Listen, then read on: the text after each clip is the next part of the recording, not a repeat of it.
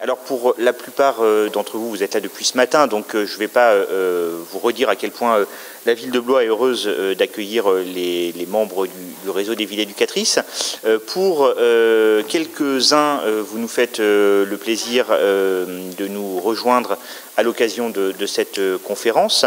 Donc j'excuse notamment Madame l'inspectrice d'académie et je remercie les représentants de l'inspection, Madame Planteblas, Monsieur Lépinard, de votre présence. Et puis je remercie également les directeurs d'école qui nous ont fait l'amitié de nous rejoindre.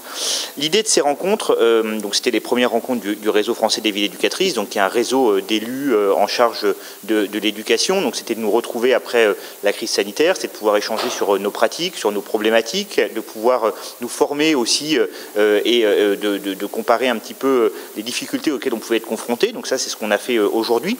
Et puis on avait, comme c'est l'usage, envie d'avoir un temps d'échange qui nous permette de nous projeter, de réfléchir, de nous confronter aussi sur des problématiques plus générales auxquelles sont confrontés nos territoires et auxquelles, de notre point de vue, est confronté le monde de l'éducation. Être une ville éducatrice, c'est évidemment mettre en place des politiques publiques dans nos territoires qui permettent d'œuvrer en faveur de l'émancipation, d'œuvrer en faveur de l'égalité, d'œuvrer en faveur de la justice, de faire en sorte que les enfants, les jeunes aient le maximum de chances de réussite, que les personnels qui accompagnent nos enfants aient le maximum aussi d'outils pour mettre en œuvre et pour travailler ces politiques publiques et travailler dans de bonnes conditions. Mais être une ville éducatrice, de notre point de vue, c'est aussi être une ville qui se pose des questions sur les grands sujets éducatifs, qui mène des combats culturels sur les enjeux éducatifs, et que ce temps qu'on a voulu conduire ce soir, c'est aussi cette volonté de poser dans un moment où le débat éducatif il est quand même un petit peu caricaturé dans le débat national, où on a des prises de position qui sont plus que surprenantes. Nous, on se considère un peu, je le dis pour celles et ceux qui nous ont rejoints ce soir, comme les endoctrineurs. Hein. Quand on parle de celles et ceux qui endoctrinent les enfants, on pense que le réseau des villes éducatrices fait partie un petit peu des endoctrineurs. Donc, on va assumer notre réputation d'endoctrineur, en tout cas en nous posant des questions sur aujourd'hui des mots qui font du mal à l'école, notamment les inégalités sociales, notamment les inégalités qui ont un impact sur les apprentissages. Et on avait envie de mener cette bataille des idées en disant qu'il y avait d'autres discours que les grands discours nationaux sur l'éducation. Il y avait des voix qui proposaient aussi des pistes de réflexion et d'échange. Donc merci de votre présence, merci à toutes et tous. Et puis je laisse la parole à Émilie, la présidente du réseau français des villes éducatrices. Bonjour tout le monde et merci d'être là vraiment. Merci Benjamin et merci au service de la ville de Blois de nous avoir accueillis sur une journée très dense pour ceux qui ont participé à la journée, mais très enrichissante par rapport au débat qu'on a eu. Débats qui font vraiment un aller-retour avec ce soir, je l'espère, mais je le pense déjà parce qu'on en a beaucoup parlé de pas mal de sujets que vous allez certainement développer. La question qu'on pose ce soir n'est pas neutre, c'est que peut faire et que doit faire l'école pour lutter contre les inégalités. Dans nos collectivités, nos villes, on connaît nos territoires, on sait les inégalités, on sait le rapport à l'école pour certaines familles, le rapport des enfants à l'école, effectivement des fois, mais les rapports aussi de l'éducation nationale face à certaines familles et certains territoires. Et donc comment lutter contre ces inégalités, que ce ne soit pas que des mots vastes, on y travaille depuis longtemps, on a les politiques de la ville, on a eu plusieurs des ZEP, plusieurs symboles, mais en fait il y a une volonté politique qui doit se mettre en place et continuer à se mettre en place, mais qu'il faut aussi savoir regarder en face et savoir critiquer. Et nous-mêmes en tant que collectivité et élus locaux, on doit savoir le faire de temps en temps pour se remettre en cause et savoir comment nos politiques puissent répondre à ces familles et à ces enfants. Donc effectivement, on a demandé 2 interventions qui, je pense, ne sont pas neutres non plus dans nos choix. C'est monsieur Jean-Paul Delahaye, donc je vais le présenter. Alors je ne suis pas journaliste, donc j'ai réussi à aller sur Wikipédia, hein, je suis désolée. Mais effectivement... C'est ça. Donc ça va, je peux faire. Donc inspecteur général de l'éducation nationale, il a été conseiller spécial de Monsieur Payon, effectivement, et chargé de mission du cabinet du ministère de l'Éducation nationale de Jacques Lang, pour les questions de violence des ZEP, justement, je le disais, et des luttes contre l'exclusion. Aujourd'hui, auteur d'un livre d'exception consolante, un grain de pauvre dans la machine. J'adore le titre, je le dis tout de suite, qui veut dire beaucoup de choses. Et Madame Laurence Decoq, historienne de l'école publique et de l'émancipation sociale, pardon, doctorante en sciences de l'éducation. Donc voilà, docteur. Ah ouais, excusez-moi, Wikipédia n'était pas à jour. Donc docteur des sciences de l'éducation. Donc merci d'être venu, merci d'accepter aussi cette façon de faire, c'est-à-dire de ne pas être dans quelque chose de descendant, c'est-à-dire que c'est à double voix, on a prévu des questions et comme des interviews, mais aussi un échange avec la salle. Donc j'espère qu'il va y avoir cet échange, et un échange pas forcément consensuel. C'est toujours plus intéressant, et d'avoir un échange vraiment sur le fond, et des fois qui peuvent nous provoquer des réflexions et des façons de voir différentes. Donc une des premières questions en fait à poser, qu'on trouvait intéressante, c'est qu'est-ce que la pauvreté fait à l'école? Donc je la pose à Monsieur Delahaye, parce qu'effectivement c'est un peu le sens de sa recherche. Effectivement, je pense que c'est plutôt intéressant de commencer par parler d'une jeunesse dont on parle finalement assez peu, hein, les enfants des pauvres, une jeunesse invisible. En parler, alors vous l'avez dit, oui voilà, parce que je viens de sortir un livre qui s'appelle Exception consolante. Exception consolante, c'est l'expression utilisée par Ferdinand Buisson, qui était le collaborateur de Jules Ferry, comme vous le savez, et qui, bien conscient que dès la fin du XIXe siècle, il y avait quelque chose qui n'allait pas bien dans le système, c'est-à-dire en fait un système secondaire extrêmement malthusien qui ne laissait pénétrer que quelques enfants boursiers dans des lycées napoléoniens prévus essentiellement pour les enfants de la bourgeoisie. Et Ferdinand Buisson, qui avait de l'humour, disait ce sont des exceptions, ces boursiers là, consolantes, parce que ça nous console de l'injustice qu'on crée finalement dans le système en laissant passer aussi peu à travers les mailles du filet. Et si j'ai intitulé mon livre comme ça, c'est que moi je suis une exception consolante. C'est-à-dire tout ce livre, c'est l'histoire d'un enfant de pauvre. Hein. Ma mère a élevé seule 5 enfants, ouvrière agricole, femme de ménage. Et donc moi je suis entré dans un lycée un peu comme comme une exception consolante dans un système qui n'avait pas été prévu pour les enfants comme moi. Si je l'ai fait, c'est que 5 ans auparavant, j'avais rendu à la ministre Najat Vallaud-Belkacem un rapport, Grande pauvreté et réussite scolaire, le choix de la solidarité pour la réussite de tous. Et quand j'ai fait ce rapport, à 50 ans de distance, j'ai vu en fait des situations, alors pas exactement les mêmes, heureusement notre pays en 50 ans a progressé, mais tout de même un certain nombre d'invariants de ce que fait la pauvreté à l'école. Alors, on a promis d'être court dans nos interventions, donc je vais être le plus court possible. C'est pas pratique comme ça, oui. Alors, d'abord, ils sont combien ? Ils sont combien ? Alors, ça dépend comment on calcule. Si on calcule le taux de pauvreté à 60%, vivre avec moins de 60% du revenu médian, on est à plus de 9 millions de pauvres dans notre pays. Comme ces pauvres ont des écoliers, collégiens, lycéens, on considère qu'on a aujourd'hui dans nos écoles, collèges et lycées un enfant sur deux, un adolescent sur deux qui vit dans une famille qui connaît la pauvreté.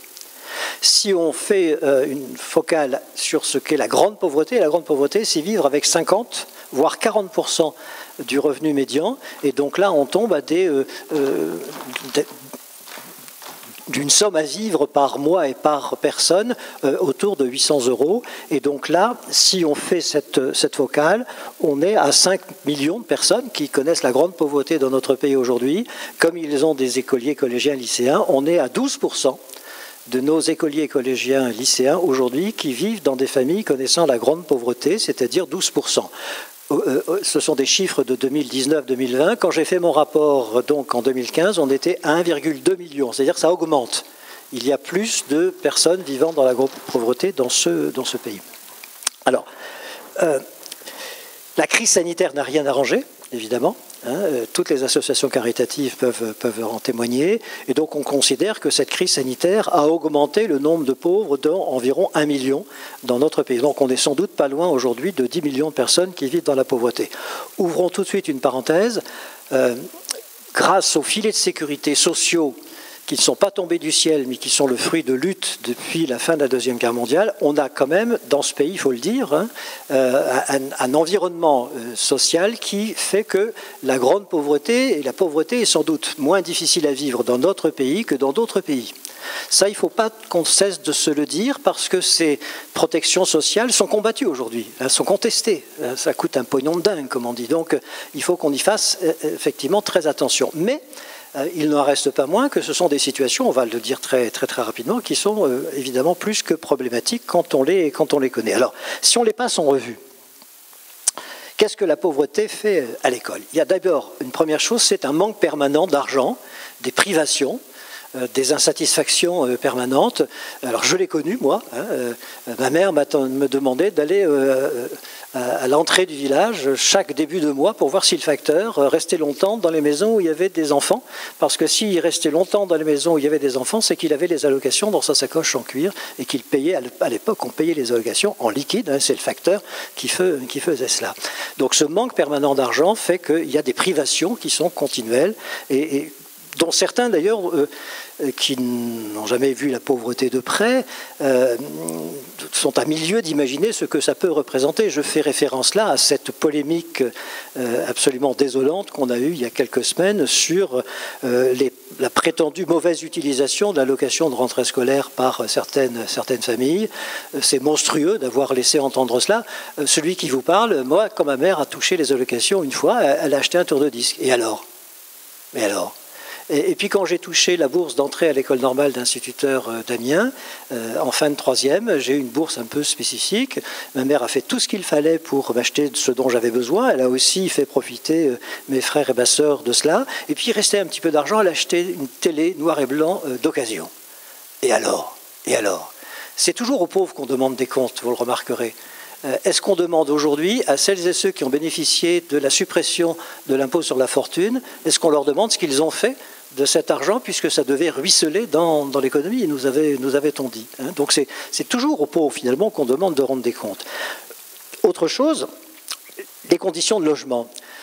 On a dans nos écoles, collèges et lycées aujourd'hui des élèves qui ont des difficultés considérables liées à leurs conditions de logement insalubres, exiguës, alors tant en zone rurale qu'en zone urbaine.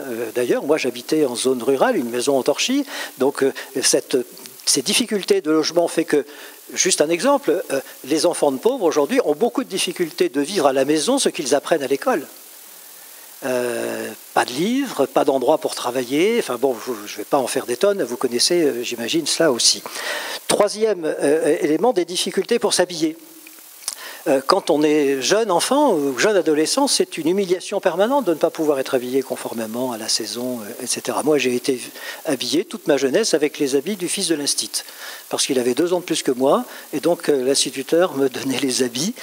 Et comme il commandait les habits de leur fils à la Camif, j'avais des habits de la Camif qui étaient plutôt corrects, et dans mon lycée, ça passait plutôt bien.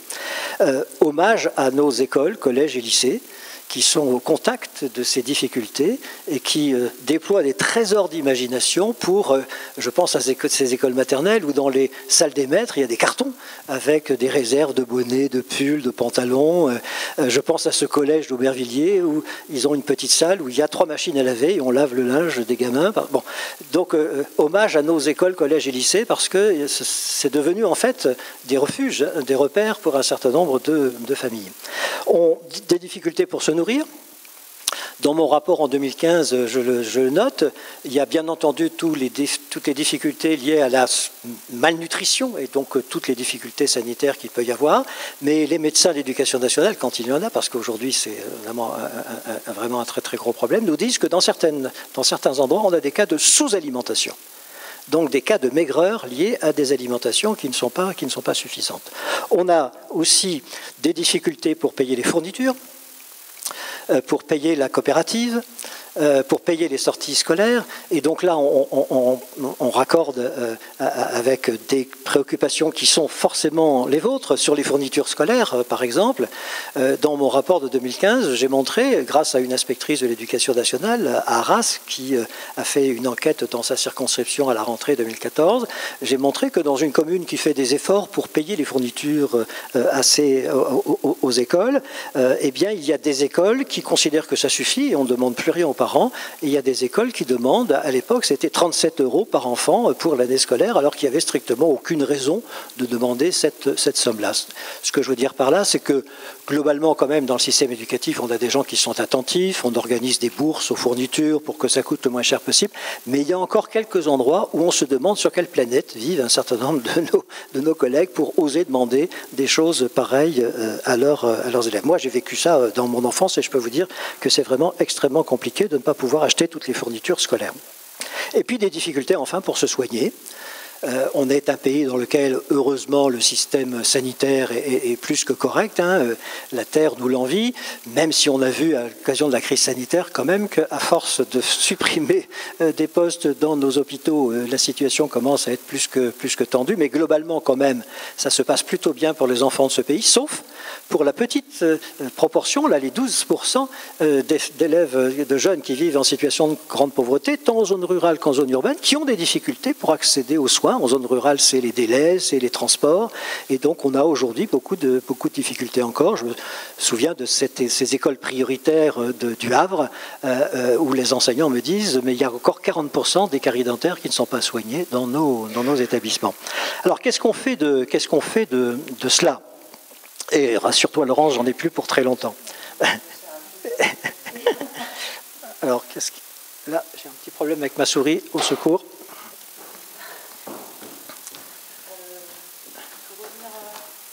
Non, il faut continuer, il faut avancer, mais ça n'avance plus. C'est peut-être parce que je suis un peu loin. Voilà.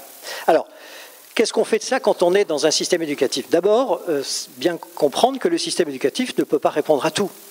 Ce n'est pas l'école qui est responsable de la politique d'urbanisme, de la politique sanitaire, etc. Donc on a une limite à notre action. Mais on a quand même une action qui n'est pas négligeable, notamment dans le complément qu'on peut apporter à l'encadrement sanitaire et social de nos élèves. Et là, on doit le dire, mais tout le monde le dit. Et puis ça ne date pas de 3 ou 4 ans, c'est vraiment quelque chose qui est profondément installé dans notre pays. On n'a pas suffisamment d'infirmières, infirmiers, d'assistants sociaux, de médecins scolaires. Quand j'ai été DGESCO, il en restait 1300. Aujourd'hui, je crois qu'on est à 800, entre 800 et 900. Ce n'est pas qu'il manque de postes, c'est qu'on manque de candidats pour aller sur ces postes parce que c'est un métier qui n'est pas du tout valorisé. Je vais prendre l'exemple des bourses. C'est une autre action sociale que l'on peut nous engager en tant qu'éducation nationale. Quand j'ai fait mon rapport en 2015, la bourse maximum d'un collégien, vous entendez bien la bourse maximum, donc c'est pour les CSP c'était 360 €. Et je laisse toujours planer un petit silence, 360 € par an. 180 jours de classe divisé, ça fait 2 € par jour, ça fait même pas le prix d'accès à la restauration scolaire. Donc on a un niveau de bourse qui est très bas. À la suite de mon rapport, Najat Vallaud-Belkacem a augmenté ses bourses de 25%, mais augmenter de 25% quelque chose qui n'est pas important, ça ne fait pas non plus une somme après. Donc aujourd'hui, on est à 459 €, donc c'est pas rien, mais c'est très en dessous de ce qu'il faudrait faire. Si les bourses ne sont pas suffisantes, on a un autre problème sur les bourses, c'est qu'on a beaucoup de familles qui n'accèdent pas au droit. Il y a un non-recours au droit à la bourse qui est trop important dans ce pays. Donc on fait des efforts dans l'éducation nationale pour mieux accompagner les familles, mais la numérisation des dossiers, de toute la procédure depuis quelques années, est en train d'augmenter à nouveau le taux de non-recours à ces bourses. Quand les bourses ne sont pas suffisantes, on a les crédits qu'on appelle des fonds sociaux. Vous avez entendu parler de ces fonds sociaux, ça a été créé à la fin des années 90. En 2002, ces fonds sociaux, c'est à la disposition des établissements. Le chef d'établissement, il réunit une commission avec l'assistance sociale, etc., quelques profs, le CPE, et on regarde les situations des parents. Et les fonds sociaux, ça permet d'acheter la thune de sport, éventuellement donner un coup de main pour l'accès à la restauration scolaire, aller en sortie scolaire. Ces fonds sociaux, le montant était de 70 millions € en 2002. et ils sont tombés à 32 millions d'euros en 2012. Entre deux, il y a la crise de 2008, c'est-à-dire en pleine crise économique, on a fait la poche des pauvres, des enfants de pauvres dans ce pays, on a divisé les fonds sociaux par 2,3 pour faire les fins de mois du ministère de l'Éducation nationale, c'est-à-dire que ces fonds sociaux sont une variable d'ajustement budgétaire. On les a augmentés en 2015-2016, ils ont à nouveau baissé en 2019-2020, là ils sont en train d'augmenter, ils ont augmenté en 2021 et ils augmentent à nouveau dans le projet de loi de finances 2022, mais il manque encore 16% de ce qu'on devrait avoir pour ces fonds sociaux. Petite parenthèse, on a dans quelques rares établissements une inattention telle qu'on ne dépense pas tous les fonds sociaux.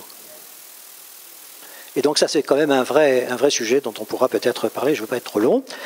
On a aussi, donc ça c'est une première chose, ce que fait l'école.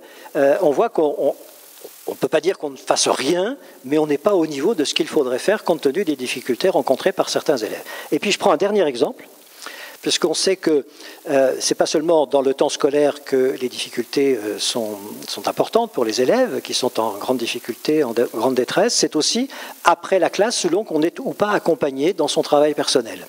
Donc ça, c'est ce qu'on appelle dans notre jargon l'accompagnement éducatif. Je prends juste cet exemple-là. L'accompagnement éducatif en éducation prioritaire, c'est après la classe, c'est des personnels qui sont payés en heures supplémentaires pour faire de l'aide aux devoirs, pour faire des activités sportives, des activités culturelles. La Cour des comptes a évalué combien ça coûtait. C'est dans le rapport de la Cour des comptes de 2018, les chiffres que je vous mets là sur le tableau. Il y a 1,7 million de jeunes qui relèvent de l'éducation prioritaire dans ce pays et on dépense pour eux 32 millions d'euros pour l'accompagnement éducatif. J'ai fait la division, ça fait 18,80 € par élève et par an. C'est un budget qui est sous contrainte, on ne peut pas l'augmenter comme ça, c'est sur une ligne budgétaire, la même que les fonds sociaux, donc vous voyez bien que c'est un peu compliqué. Tous les accompagnements éducatifs de ce pays, et vraiment je termine par là, ne sont pas dans un budget sous contrainte. Il y a un accompagnement éducatif qui est dans un budget sans contrainte. Je laisse planer un suspense insoutenable. C'est l'accompagnement éducatif dans les classes préparatoires aux grandes écoles, qu'on appelle les heures de colle, c'est-à-dire petits groupes pour préparer les concours avec des professeurs triés sur le volet, ultra payés, et c'est normal parce que ce sont des gens extrêmement compétents. Regardez combien on dépense pour ces 85 000 étudiants en classe prépa. Pour l'accompagnement éducatif qu'on appelle les heures de colle, on dépense pour eux 70 millions d'euros. C'est-à-dire, si vous faites la division, 843 € par étudiant et par an. Rapportez ça aux 18,80 € que nous dépensons pour l'éducation prioritaire. Nous dépensons dans notre pays, liberté, égalité, fraternité, 45 fois plus pour les étudiants de classe prépa que pour les élèves de l'éducation prioritaire pour l'accompagnement éducatif. Comme j'ai mauvais esprit, je pose tout de suite la question, qui sont les assistés dans ce pays ? Compte tenu qu'en plus, les parents qui ont de l'argent peuvent donner des cours particuliers dans des officines privées qui sont cotées en bourse et qui font aujourd'hui une masse d'argent considérable. C'est de l'aide à la personne, c'est donc déductible fiscalement. C'est-à-dire que ça nous coûte à nous tous là, puisque c'est de l'argent qui ne rentre pas sur le budget d'État, 300 millions d'euros au moins, au bas mot, de déduction fiscale chaque année. Vous comparez aux 32 malheureux millions que nous consacrons aux élèves de l'éducation prioritaire, ça ruisselle dans ce pays, mais ça ne ruisselle pas vraiment à l'endroit, ça ruisselle plutôt à l'envers. Voilà.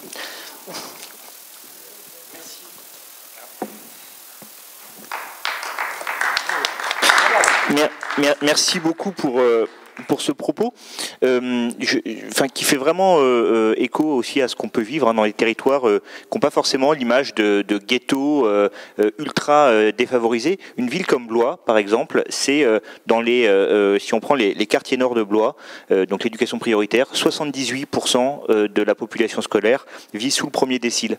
Donc quand vous illustrez voilà, j'ai dit l'essentiel. Mais quand vous illustrez la grande précarité, dans des villes moyennes de province, vous avez effectivement cette réalité qui ne concerne pas que la Seine-Saint-Denis, pas que certains quartiers, mais qui concerne bien l'ensemble de notre territoire. Et je trouve que c'est très important aussi de l'avoir en tête à l'échelle locale.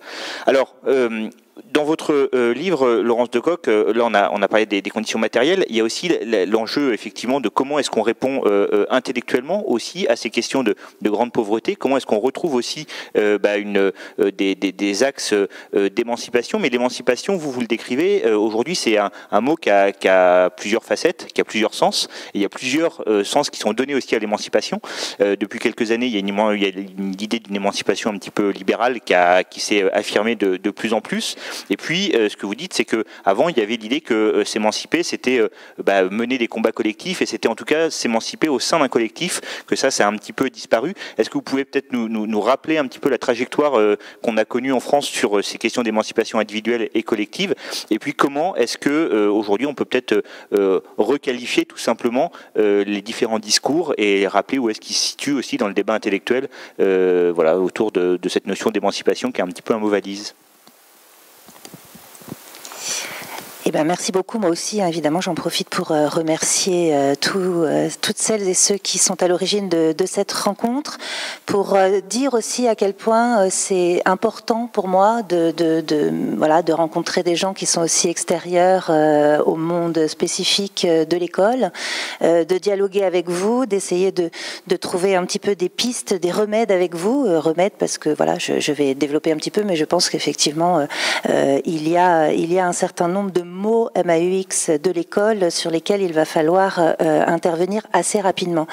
Avant d'endosser cette casquette un peu intellectuelle, je voudrais quand même rappeler, parce que je lis pas ma fiche Wikipédia, mais c'est peut-être pas dit dedans, que je suis une enseignante, que je suis une professeure de terrain. Et que, à la limite, c'est ma première identité. Alors évidemment, elle est la moins visible parce que quand on est enseignant, on est dans les classes, et donc voilà, on passe pas son temps à colporter, raconter tout ce qui se passe dans les classes. Et d'ailleurs, heureusement qu'on arrive à fermer la porte parfois, parce que les situations décrites par Jean-Paul sont parfois dures, elles sont parfois douloureuses. Et non seulement je suis enseignante, mais j'ai enseigné 16 ans à Nanterre, dans les quartiers populaires. Alors, je suis la fille d'une exception consolante. Je l'ai découvert grâce à... Enfin, je connaissais l'histoire de mon père, mais l'expression est tellement belle que je lui ai dit, voilà, je suis la fille d'une exception consolante. Mon père était le fils d'une fermière isolée. Il était dans une classe unique dans un village et il a été repéré par son instituteur et il est devenu médecin. Donc, je suis la fille d'une exception consolante, mais j'ai grandi dans une famille de médecins à Reims, dans une ville très bourgeoise, à peu près l'équivalent de Blois, mais en plus grand. Et quoique non, apparemment, Blois n'est pas si bourgeois d'après les statistiques. Mais Reims, je pense pas qu'on soit à 78% au niveau du premier décile. Et donc, moi, quand j'arrive à mon premier poste, qui est à Nanterre, dans le collège le plus relégué de Nanterre, je fais partie de ces gens, même si je suis déjà politisée, je lis, je suis à gauche, etc. Mais je fais partie de ces jeunes enseignants qui n'ont jamais rencontré la grande pauvreté. Et je me trouve confrontée à cette grande pauvreté. Pauvreté doublée en plus du facteur immigration. Tous mes élèves étaient des enfants dits issus de l'immigration, dans des territoires qui me sont totalement étrangers. Je suis vraiment une petite bourgeoise qui débarque dans des territoires relégués de Nanterre.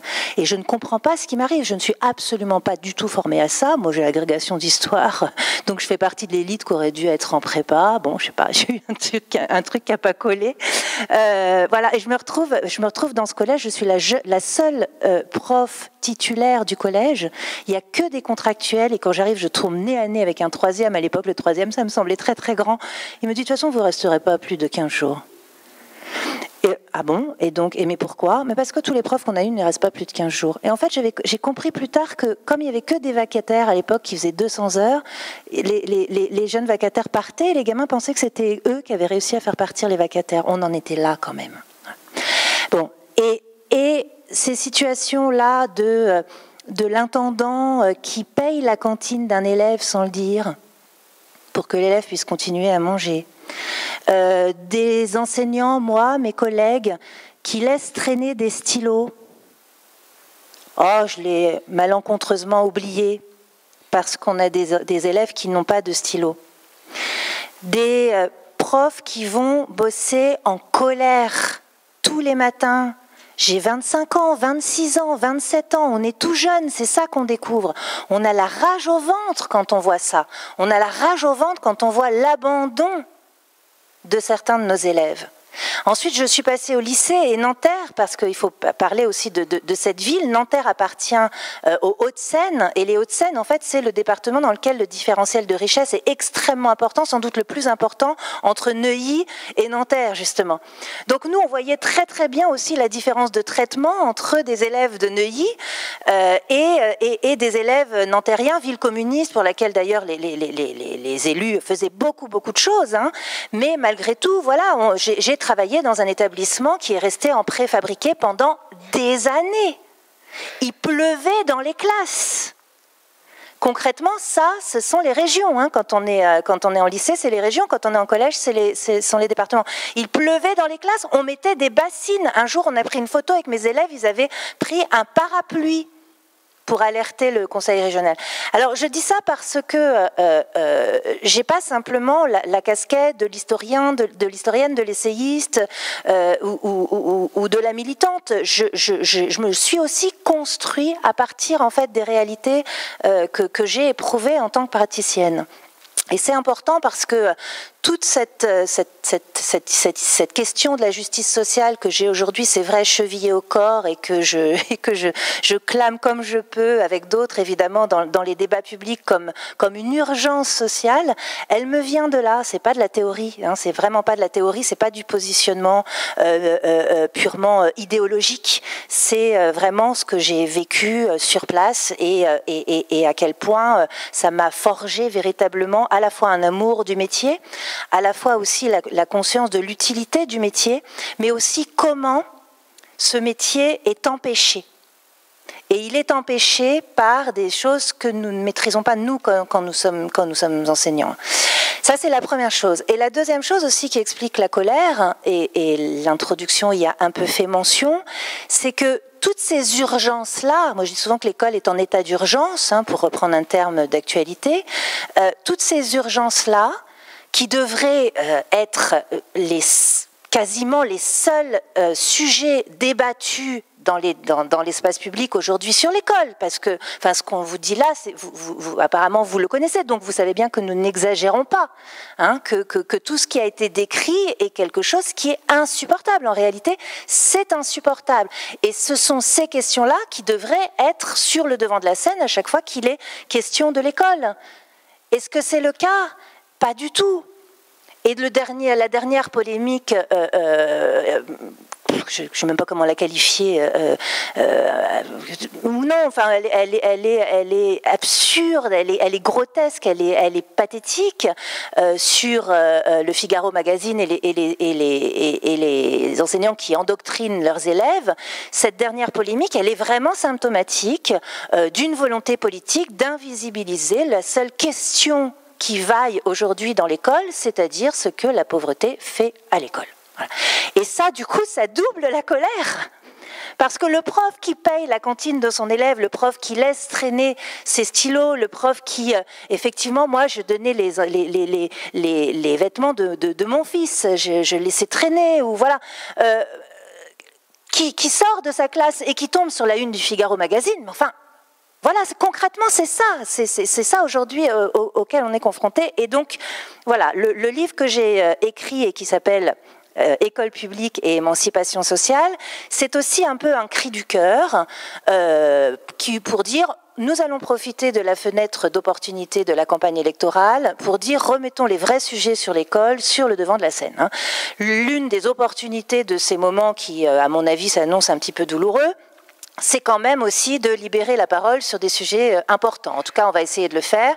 Et j'ai voulu sortir ce livre à ce moment-là aussi pour que la question de l'école et plus particulièrement de l'école publique, soit mise à l'agenda des débats politiques, et en particulier dans le cadre de la campagne, et en particulier auprès des partis dont je me sens le plus proche, c'est-à-dire des partis qui défendent l'école publique. Parce que dans le titre, le premier adjectif qui est important, c'est public. Parce que les partis qui défendent l'école, ça a déjà commencé, hein, tous défendent l'école. Hein. L'école est l'objet de déclarations d'amour permanentes. Hein. Donc on est dans des incantations, voilà, l'école c'est plus important. Bon, voilà, sur tout l'arc politique de l'extrême gauche à l'extrême droite, de toute façon, tout le monde dit ça mange pas de pain, hein, c'est le cas de le dire. Voilà, l'école, bon, bah, c'est le plus important. Ok. Bon, mais quand on prête un petit peu plus attention à ce qui est dit, peu disent l'école publique est ma priorité. Hein. Donc ce n'est pas qu'un adjectif, hein, c'est pas un adjectif anodin, évidemment, école publique, parce que derrière le mot public, eh bien, il y a tout aussi ce qu'a développé Jean-Paul Delahaye, et à commencer par exemple par la gratuité. Il n'y a pas d'école publique si elle n'est pas gratuite. Hein. Et ce pilier-là de la gratuité est l'un de ceux dont on n'entend quasiment jamais parler. L'école publique est aussi une école qui doit être une école évidemment égalitaire.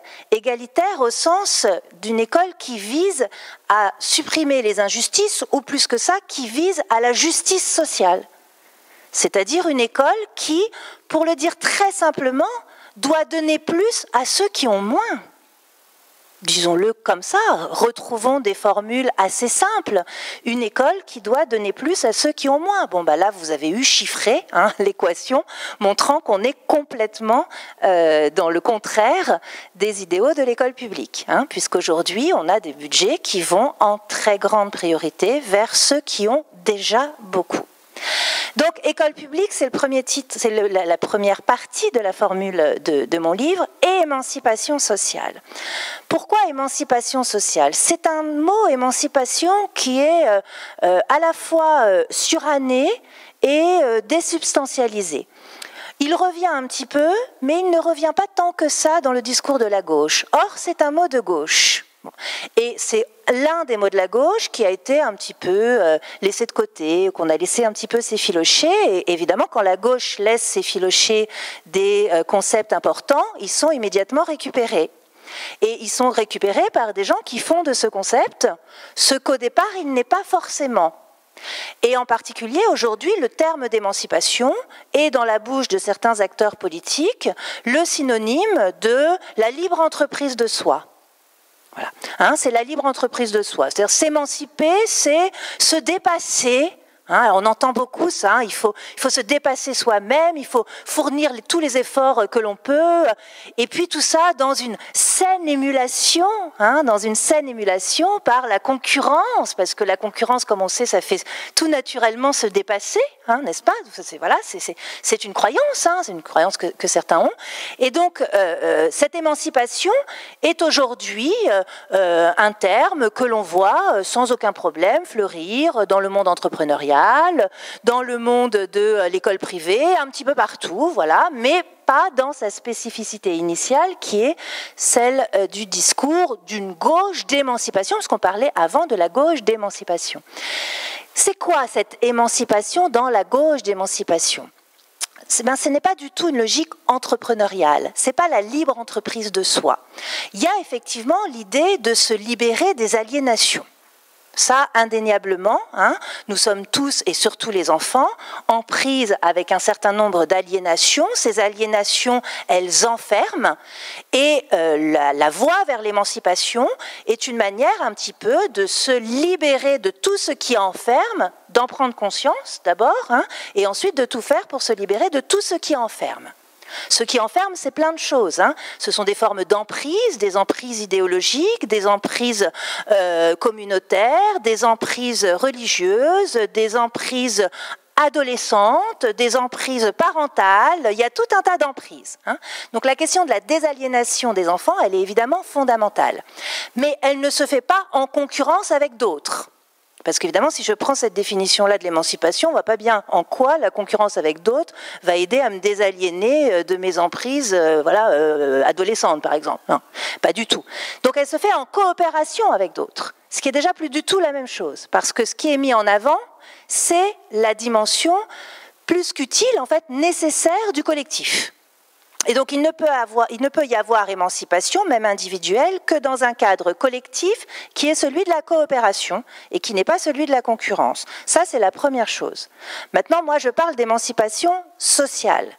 Donc l'émancipation sociale, c'est encore une autre strate que l'émancipation individuelle. C'est une émancipation qui est l'émancipation d'une collectivité tout entière.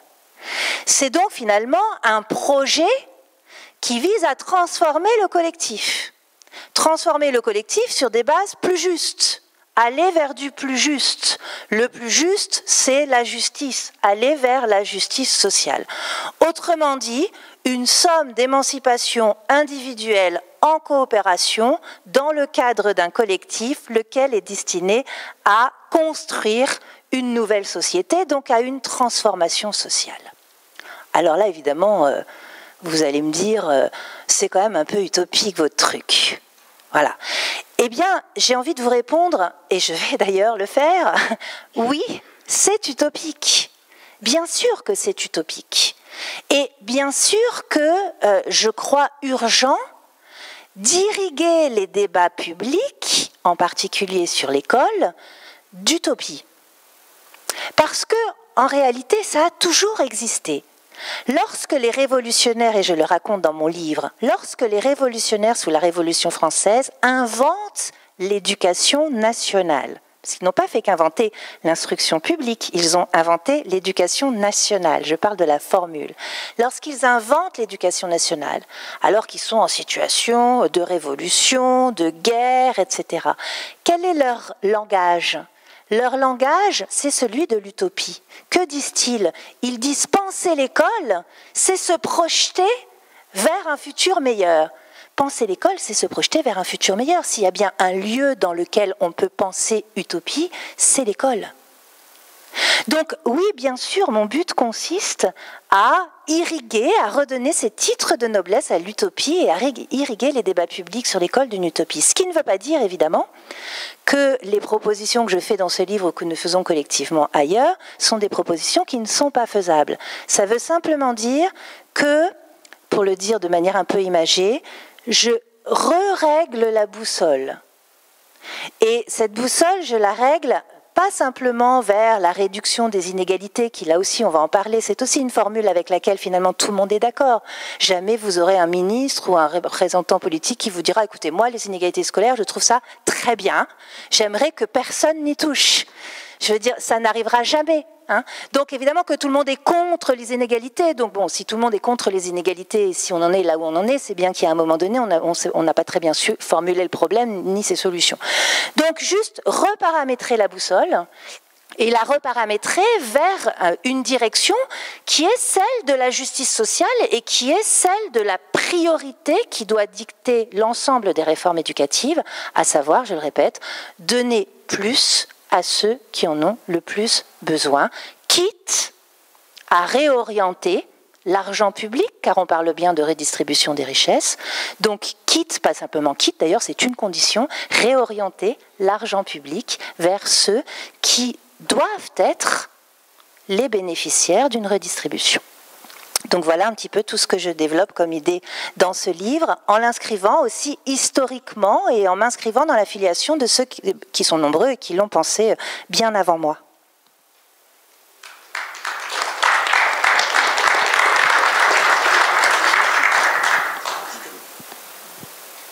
On se met d'accord. En fait, il y a une notion qu'on entend beaucoup à l'école, c'est la notion de réussite en fait.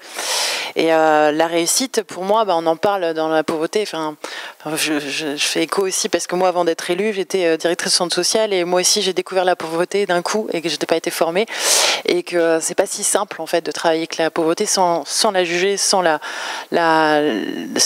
avoir d'imaginaire derrière hein, et être confronté à la réalité. Et effectivement, dans cette notion de réussite, moi, je me rappelle que quand je parlais aux parents, parce que j'étais sur la parentalité, effectivement, la réussite n'était pas la même partout. Mais surtout, elle n'est pas la même à l'école que par rapport au quartier. C'est-à-dire, je voyais des parents, moi, si mon enfant a un CAP, ou aller au lycée professionnel, c'était une grande réussite. Surtout les parents vivant la grande pauvreté. Mais alors, l'éducation nationale, par contre, au lycée, il faut aller au lycée général. Enfin, c'est ça la réussite, et il faut aller en prépa. Et en fait, le lycée professionnel, c'était un peu pour ces jeunes, bon, c'est pas si bien que ça. Et en fait, cette notion de réussite, elle est, pour moi, assez essentielle aussi à la redéfinir, ou en tout cas la triturer en fait pour savoir ce que c'est la réussite, parce qu'en fonction de là où on vit, les ambitions qu'on a, et je pense que des fois On a joué, en tant que politique aussi, on a mené pas mal de politique dans nos quartiers, etc. Mais peut-être pas si ambitieuse en fait pour une réussite réelle, réussite de bien-être. On en parlait ce matin. Pour moi, je pense que l'autonomie des gens, elle sait être responsable de ses choix de vie. C'est ça, être autonome, et c'est pouvoir être émancipé individuellement. C'est être responsable de ses choix de vie. Mais là, il faut comprendre son environnement, il faut pouvoir y agir. Et effectivement, dans cette réussite-là, c'est comment vous voyez cette réussite, comment on peut la revaloriser en fonction de l'enfant. On parle de l'école inclusive aujourd'hui. Qu'est-ce que c'est réussir par rapport à des enfants en situation de difficulté, et qu'est-ce que c'est réussir pour l'éducation nationale, du coup? On a 4 heures. Avec le petit groupe qui a travaillé avec moi sur le rapport 2015, on a évidemment longuement débattu de ce sujet, et on s'est dit qu'au bout du compte, une façon d'y répondre, pas du tout originale, ce serait de dire que la nation doit garantir à tous les enfants de ce pays, quels qu'ils soient, un socle commun de connaissances, de compétences et de culture à l'issue de la scolarité obligatoire. Avec une obligation de résultat. Pour l'instant, on a une obligation de moyens, mais on n'a pas encore une obligation de résultat. Une obligation de résultat qui sera d'autant plus facile à obtenir, en tout cas moins difficile à obtenir, si on a un socle commun de connaissances, de compétences et de culture suffisamment diversifié pour que tous les élèves s'y retrouvent, quel que soit leur milieu. Et là, il faut dire qu'en 2005, quand on a créé le socle commun, c'était une formidable avancée démocratique. Et d'ailleurs, la loi de 2013 de refondation ne revient pas sur cette avancée. On essaie simplement de l'enrichir, socle commun de connaissances, de compétences et de culture. Mais il faut dire, avec le recul, qu'on a sans doute loupé, et en 2005 et en 2013, une belle occasion d'enrichir ce socle commun pour y mettre davantage d'activités permettant à tous les élèves de s'y retrouver. Si je donne juste un exemple, moi j'ai commencé ma carrière comme professeur dans un collège en 72, et en 72, ce n'était pas encore le collège unique, c'était le collège Fouché-Capelle, le collège d'enseignement secondaire, qui avait été créé en 62, et dans ce collège, il y avait les 3 filières. La filière 3 qui conduisait les classes de transition, classes pratiques dans le monde du travail, la filière 2 qui, après la 3e, conduisait les élèves à des études très courtes en lycée professionnel, et la filière 1, la filière noble du lycée général.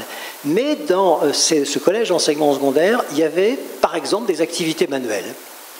On avait un atelier cuisine, on avait un atelier menuiserie, voilà, il y avait des activités qui permettaient à tous les élèves, quels qu'ils soient, de s'y retrouver. Et quand on fait le collège unique en 75, formidable avancée démocratique aussi, René Haby, qui connaît bien le système, quand il écrit sa circulaire qui lance le collège unique en 1977, il a quelques mots qui sont vraiment, avec le recul, que je trouve vraiment très très bien pensés, qui dit attention, il faut que chacun puisse, il ne le dit pas comme ça, comme je suis en train de vous le dire, c'est pas comme ça qu'on écrit les circulaires, mais pour que chacun s'y retrouve, il faut qu'il y ait une variété d'activités, il faut aussi qu'il y ait une variété de personnel, parce que dans le collège avant 75, il y avait des instits, il y avait des professeurs bivalents et il y avait des professeurs certifiés. Et en gros, René Haby dit, attention, ces 3 catégories de personnel sont indispensables.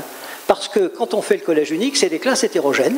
On va mettre les 3 filières séparées avant, on les met ensemble dans des 6e hétérogènes, et René Haby sait bien que ça ne va pas être facile. Et donc il faut garder cette variété de personnel, ce qu'on n'a absolument pas fait, puisqu'on a eu de cesse de faire de ce collège unique un petit lycée préparant uniquement à la voie générale du lycée, et donc on a supprimé les instits, on a supprimé les profs bivalents, et on a mis comme modèle unique du collège le professeur de lycée. C'est comme ça que ça s'est passé. Et ensuite, on a sorti du programme du collège toutes les matières qui ne conduisaient pas au lycée général. Est-ce qu'on a besoin de faire de la cuisine, de la menuiserie, un peu de métallerie quand on va au lycée? Non, pas du tout. Donc ça, on l'a enlevé. Ce qui fait qu'aujourd'hui, on a un collège unique qui n'a pas été pensé pour tous les enfants. Et les enfants de pauvres, les enfants en difficulté qui entrent au collège unique, ils s'aperçoivent très vite que le collège qui l'accueille n'a pas été pensé pour tous les enfants. Donc, un travail que nous avons à faire devant nous, c'est effectivement un socle commun de connaissances et de culture où tous les citoyens peuvent se retrouver. Et à partir de ce socle commun, on peut après fonder des suites de scolarité d'égale dignité, parce qu'il y a eu ce fond commun. où un fonds commun, ça permet aussi à des citoyens, entre parenthèses, de se parler quand ils deviennent adultes. Si vous n'avez pas ce fonds commun, vous ne pourrez pas, évidemment, faire société avec des citoyens différents, mais qui auront au moins ce fonds commun pour se parler. On n'en est pas là aujourd'hui. Il suffit de regarder les résultats des évaluations PISA 2018, maîtrise de l'écrit. Donc vous savez, PISA, hein, ça évalue les jeunes de 15 ans dans tous les pays de l'OCDE. Et là, en 2018, on l'avait déjà pris en 2012, hein, en 2015, et en 2018, c'est la même chose, on prend une claque en pleine figure, parce que où sont nos élèves de 15 ans quand c'est un échantillon de 3000 élèves qui passent les évaluations PISA, ils sont où quand ils ont 15 ans? Vous avez 3 catégories d'élèves de 15 ans. Vous avez 50% de notre population scolaire de 15 ans qui est en seconde générale, voire certains en première, c'est-à-dire ils ont une scolarité sans problème, ils n'ont pas redoublé, ils sont même parfois en avance, et ces 50%-là d'élèves ont des résultats qui dépassent les résultats des Coréens, des Finlandais, des Japonais. C'est les meilleurs élèves du monde. On a la meilleure école du monde, point de suspension, pour la moitié de nos élèves. Après, vous avez 20% d'élèves qui sont en troisième générale, et eux, ils ont des résultats dans la moyenne des pays de l'OCDE. Donc si vous additionnez les 50 et les 20, en gros, on a une école qui fonctionne plutôt pas mal pour 70% de nos élèves. Classe moyenne, classe favorisée, quelques pauvres, quelques exceptions quand même, parce que ce n'est pas aussi caricatural que je suis en train de vous le dire. Et il y a 25 à 30% d'élèves de 15 ans, de nos élèves de 15 ans, qui sont les plus mauvais élèves de l'OCDE, qui sont au niveau des Mexicains, des Grecs, etc. On est le pays du grand écart. Et ces 30%-là, ils ont 15 ans, ils sortent d'un collège, ils sortent d'une scolarité obligatoire qui n'a pas été pensée pour tout le monde, c'est le moins qu'on puisse dire, et donc ils ont une scolarité d'échec, en fait. Une scolarité aussi qui est une suite d'humiliation. Alors, deux points de complément. Ces difficultés que les élèves de 15 ans rencontrent, une part trop importante de nos élèves de 15 ans rencontrent, évidemment, on ne les découvre pas à 15 ans. Évidemment. Ça fait longtemps dans leur scolarité qu'on a détecté un certain nombre de difficultés, et ça fait longtemps qu'ils sont en difficulté. Et donc, on devrait, dans ce pays, donner une vraie priorité à l'école primaire, parce que c'est là que tout commence, maternelle et élémentaire. On le fait depuis 2013, ça a été poursuivi en 2017, il faut reconnaître que là, on a une politique, et ce n'est pas si courant, qui dépasse les alternances politiques. Donc on a pris conscience qu'il fallait donner une vraie priorité à l'école primaire, mais il était temps de prendre conscience parce que regardez comment nous dépensons l'argent dans le système éducatif. On dépense en fait 8% de moins pour notre école primaire que tous les autres pays de l'OCDE. Par contre, on dépense 35% de plus que tous les autres pays pour notre lycée. On marche sur la tête dans ce pays. Mais ça, c'est historique, hein, ça ne date pas d'il y a 10 ans, 15 ans, 20 ans. C'est historique puisque, au XIXe siècle, quand Bonaparte puis Napoléon s'intéressent à l'éducation, ils s'intéressent au lycée, à la formation des élites. Et le lycée napoléonien, c'est un lycée où il y a des maternelles, de l'élémentaire, du collège et du lycée. C'est la bourgeoisie. Napoléon se désintéresse complètement de l'école primaire. Il faudra Guizot attendre 1833 et puis bien entendu Jules Ferry, mais on n'a jamais fait l'effort nécessaire dans l'école primaire. On n'y dépense pas suffisamment d'argent. Résultat, nos effectifs en maternelle, nos effectifs en élémentaire sont nettement supérieurs aux effectifs en Europe. Donc on a des conditions de travail qui ne sont pas satisfaisantes dans notre école primaire, mais parce qu'on n'y met pas suffisamment d'argent. Petite parenthèse, il va falloir un petit courage politique dans les années à venir, parce que pour rééquilibrer en faveur du primaire, il faudra sans doute plus d'argent, et le budget de l'éducation nationale, de ce point de vue, ce n'est pas le sujet aujourd'hui, mais il a perdu un peu en PIB, en point de PIB, c'est le moins qu'on puisse dire, mais ça ne se fera pas sans un rééquilibrage à l'intérieur même du système éducatif. Il va falloir réduire la voilure du lycée, qui coûte très cher. Quand j'étais DGESCO, j'organisais le baccalauréat, figurez-vous que je devais organiser le baccalauréat pour 54 langues différentes. 54 langues différentes. Vous imaginez l'argent que ça représente, enfin, c'est une folie. Aucun pays au monde ne fait cela. Donc ça, c'est un premier obstacle. décoincer notre répartition budgétaire, mettre vraiment le paquet sur l'école primaire. C'est fait depuis 2013, c'est continué depuis 2017, il va falloir le poursuivre encore plus. Deuxièmement, il va falloir aussi qu'on s'interroge, qu'on fasse plus que s'interroger d'ailleurs, ça y est, au secours, sur la manière dont on oriente les élèves dans ce pays. Regardez ce tableau, vous ne le voyez peut-être pas, mais regardez les couleurs. En bleu, c'est les ouvriers, en orange, c'est les cadres supérieurs. Et vous avez donc ici le collège, tous les élèves sont au collège, donc en fait au collège vous avez la photographie de la population dans son ensemble. Il y a 16,4% de cadres supérieurs, 26,7% d'ouvriers, employés, etc. C'est la population française. Et donc, c'est la répartition qui devrait y avoir. Regardez en SECPA. En SECPA, vous n'avez pratiquement plus de cadres. Vous n'avez que des enfants d'ouvriers en SECPA. Sauf à penser que le cerveau des enfants d'ouvriers est un peu particulier. On ne voit pas pourquoi il n'y a qu'eux qui seraient en SECPA. Et regardez ensuite, c'est la disparition progressive des enfants d'ouvriers au fur et à mesure que vous avancez dans le système éducatif. Donc c'est ça aussi, hein, il n'y a pas 50 choses à savoir de notre école, ça c'est à savoir. La manière dont on fait une sorte d'orpaillage, hein, de tamis, où petit à petit on voit les enfants d'ouvriers disparaître du système éducatif. Voilà, donc on a à réfléchir à la manière dont on oriente les élèves, les enfants, vous savez, les enfants de pauvres, et moi je travaille beaucoup avec Atelier Guermonde, ils ne sont pas complètement ignorants, hein, ils savent bien ce qui leur arrive. Et ils savent bien que l'orientation, pour eux, c'est un verbe qui se conjugue au passif. Je suis orienté, on m'a orienté. Je n'ai pas vraiment choisi ce que je voulais faire. En tout cas, donc, pour répondre à votre question, réussite éducative, ça commence par la scolarité obligatoire. Et si on se loupe dans la scolarité obligatoire, on n'est pas prêt d'avoir des suites de scolarité d'égale dignité après. Oui, l'un des péchés originels de l'école de Jules Ferry, c'est de ne pas avoir supprimé ces lycées, de ne pas avoir supprimé ces lycées de la bourgeoisie. C'est-à-dire que tandis qu'étaient mis en place, avec un discours d'ailleurs, et puis des pratiques qui étaient plutôt très intéressantes et qu'on ne peut que cautionner, hein, sur l'accès égalitaire de tous les enfants, au moins à la scolarité primaire, on laissait les enfants de la bourgeoisie aller dans des lycées payants, et donc on laissait se développer ces filières parallèles. Et l'un des critères, ce qui empêche en particulier la démocratisation scolaire, qui est un terme sur lequel je reviendrai parce qu'on n'en a pas encore parlé, mais c'est évidemment un terme important, c'est l'existence de filières parallèles.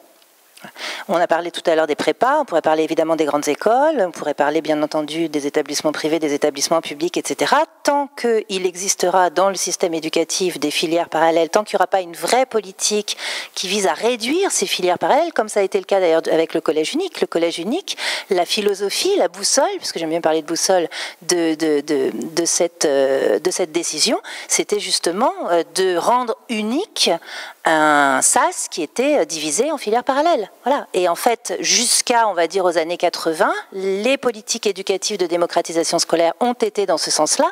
C'est ce qu'avait fait Jean Zay aussi dans les années 30, hein, le fait de supprimer le plus possible de filières parallèles, c'est-à-dire de possibilités pour les enfants de la bourgeoisie de déroger aux règles de la scolarité de masse.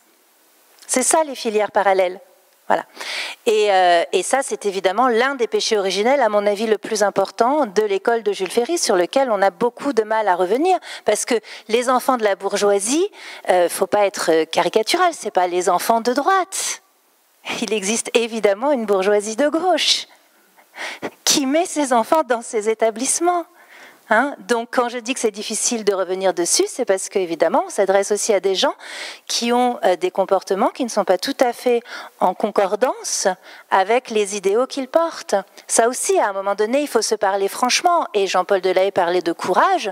Le courage, c'est pas simplement le courage de ceux qui vont devoir prendre des décisions, c'est aussi le courage de ceux qui forment la société et de familles qui vont devoir prendre sur elles pour faire passer les causes des enfants des autres avant la cause de leur propre enfant. Et ça, c'est extrêmement compliqué. Et vous le savez. Vous le savez quand vous avez des écoles Montessori hors contrat qui ouvrent dans les quartiers populaires, par exemple. Évidemment que ce n'est pas les enfants d'ouvriers qui vont dans ces écoles à 1,5 SMIC par mois. Voilà. Et quand vous discutez avec les parents, politiquement, vous êtes tout à fait d'accord avec eux. Et vous rêvez de la même société. Et puis tout à coup, hop, l'école publique, en revanche, dans le logiciel politique, là, ça n'existe plus. Donc c'est quelque chose, ça, qui est vraiment fondamental. Le courage, c'est pas simplement quelque chose que nous devons attendre de ceux qui vont prendre des décisions. C'est aussi quelque chose que nous devons porter, nous, par des introspections qui sont des introspections sociales lourdes, importantes. Ça, c'était la première chose que je voulais dire. La deuxième chose, c'est que cette question de l'émancipation, elle a été pensée par des pédagogues de l'émancipation ou des philosophes de l'émancipation qui, évidemment, se sont interrogés sur cette notion de réussite. Et tout à l'heure, en donnant la définition de l'émancipation, enfin celle que je porte, il y a un nom que je n'ai pas donné, mais je vais le donner maintenant, qui est celui de Paulo Freire, qui est l'un des philosophes de l'émancipation, aujourd'hui le plus connu, le plus célèbre, et qui en donne une définition qui, vous allez voir, est assez simple à comprendre, et vous allez voir pourquoi je la corrèle à la question de la réussite. Sa définition à Paulo Freire, qui était donc un philosophe brésilien, et qui est celui qui a écrit un livre qui vient d'être réédité d'ailleurs, qui s'appelle Pédagogie de l'opprimé, des opprimés, qui est un pédagogue, on peut dire, qui a travaillé à l'alphabétisation des paysans sans terre. Alors c'est plutôt l'éducation populaire d'ailleurs, parce que ce n'était pas une école, et puis c'était une alphabétisation de jeunes adultes. Et donc il est parti de cette expérience pour réfléchir un petit peu à ce que signifiait de travailler avec des dominés d'entre tous les dominés. Et il en a fait une théorie de l'émancipation que l'on pourrait résumer de la manière suivante. L'émancipation, c'est d'abord, la prise de conscience de sa position sociale dans le cadre d'un rapport de domination. Prise de conscience que je suis plutôt du côté des dominants ou que je suis du côté des dominés, ce qu'il appelle la conscientisation. Ça, c'est la première phase. La deuxième phase, et c'est là où on peut faire le lien avec la réussite, la deuxième phase, c'est qu'une fois que cette prise de conscience est faite, l'idée n'est pas de permettre aux dominés d'accéder au camp des dominants, de réussir, mais l'idée est d'abolir les dominations. Et là, si on abolit les dominations, pardon de continuer avec mes utopies, mais il n'y a plus de réussite. Et c'est quand même bien pratique. Et quand j'ai écrit mon livre, justement, je me suis posé la question, parce qu'à un moment donné, je parle évidemment de la démocratisation scolaire. C'est un mot qu'on n'a pas encore utilisé. Et je me dis, je vais donner une définition de la démocratisation scolaire. Et là, vous ferez le test, quand vous cherchez une définition de la démocratisation scolaire. Alors là, c'est pire que Wikipédia. Vous avez 50 définitions différentes de la démocratisation scolaire. Personne n'est d'accord en réalité sur ce qu'est la démocratisation scolaire. Alors vous avez des formules qui sont compliquées. Par exemple, égalité des chances, c'est une formule compliquée. Je veux dire, s'il y a égalité, en quoi c'est une question de chance ?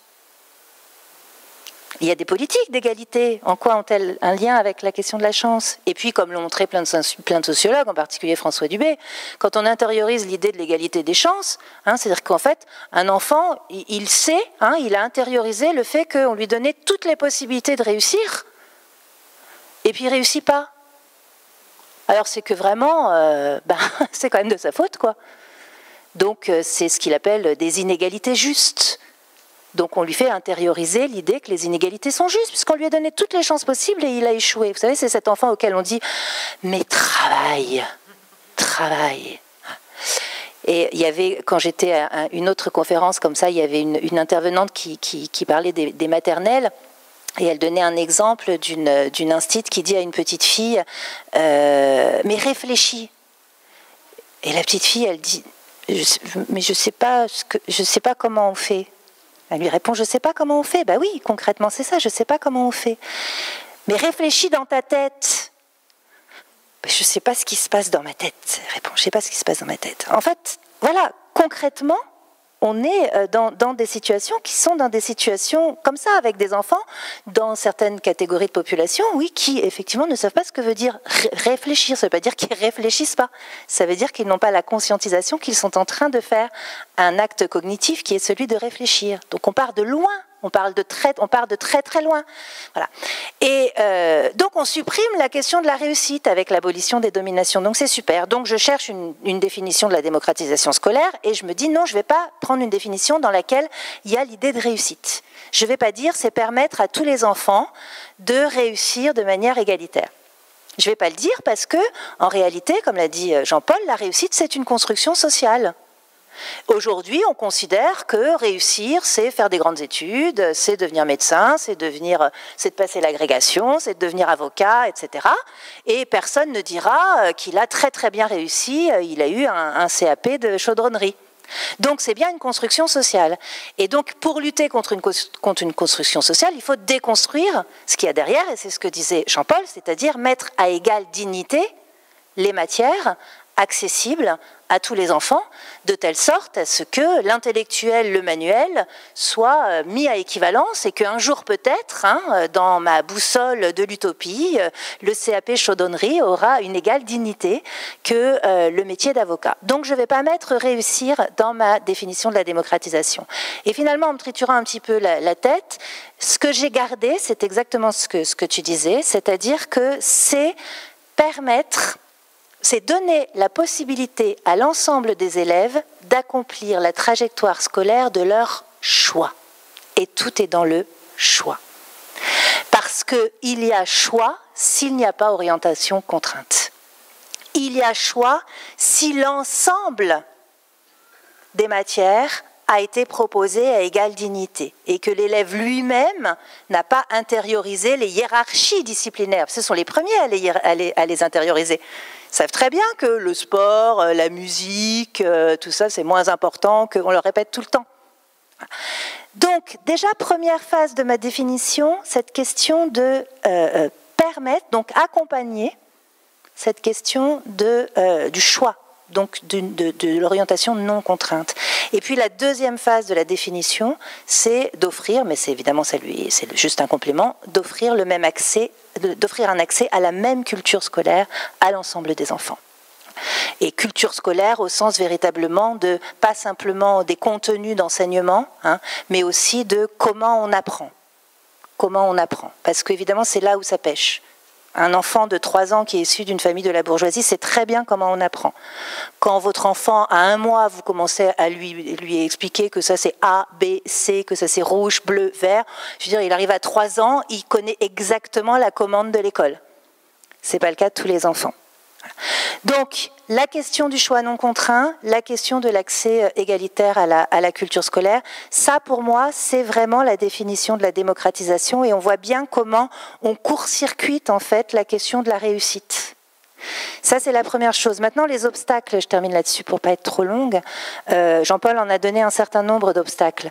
Il y en a un autre qui est important aussi, parce que je dis qu'il faut faire un effort d'introspection, il faut être juste, il faut le faire chez tout le monde, pas simplement chez les familles de gauche qui mettent leurs enfants dans des écoles privées, il faut aussi le faire chez les profs.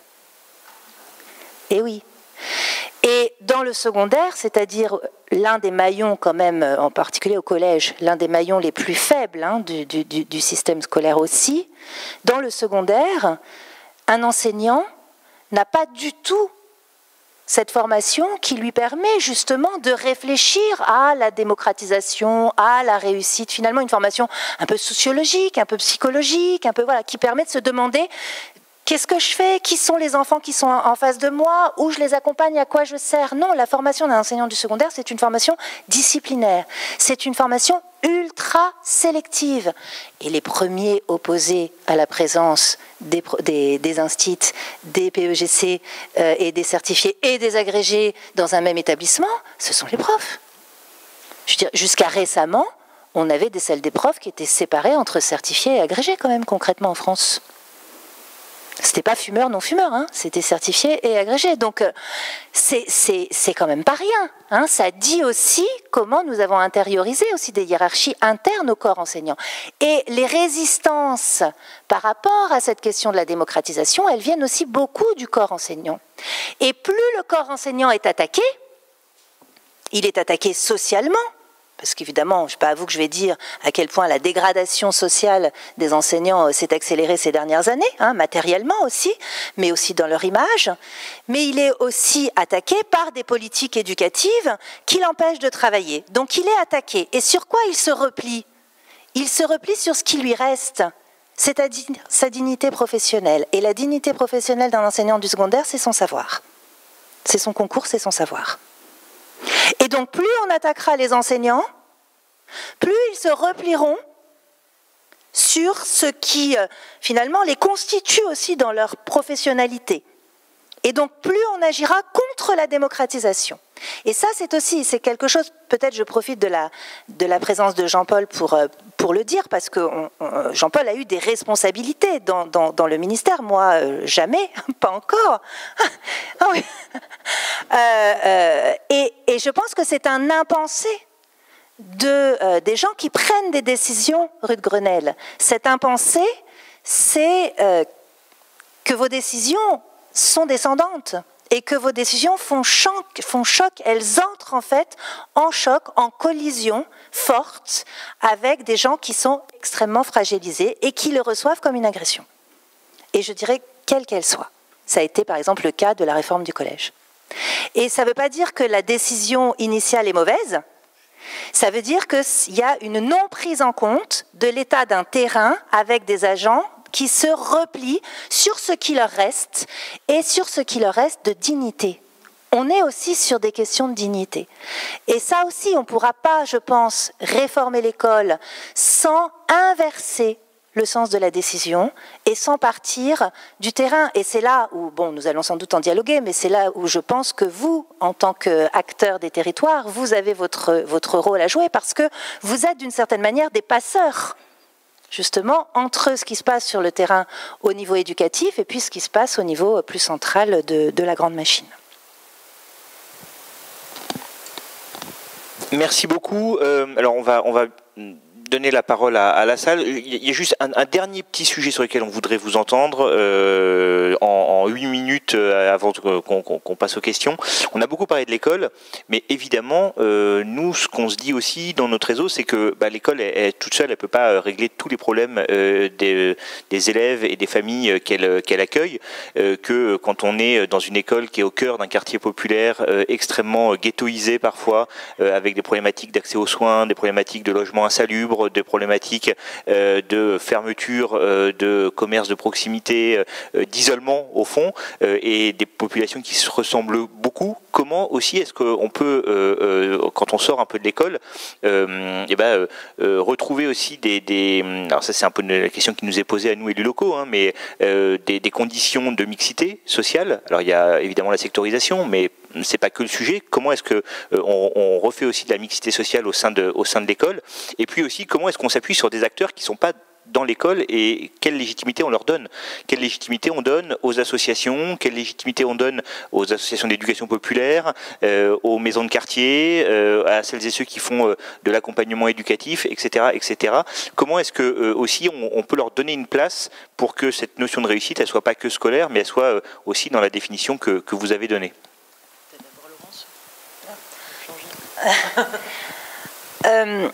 Tisser des alliances, c'était une expression qui a été donnée lorsque j'étais à l'université d'automne du SNUIPP il y a quelques semaines. Il y avait un atelier sur l'éducation populaire et qui a tourné autour de la nécessité de tisser des alliances. Et j'ai vraiment, c'est une formule toute simple, mais c'est une formule qui m'a beaucoup parlé parce que tisser des alliances, pas simplement entre les associations d'éducation populaire et l'école, mais des alliances entre les acteurs de l'école, donc on parlait des différents statuts, des alliances avec les parents, des alliances, en fait, travailler cette politique d'alliance. Vous savez, les mots ont une saveur et celui-là, je trouve qu'il porte quelque chose d'assez revigorant, cette idée d'alliance plutôt que de partenariat.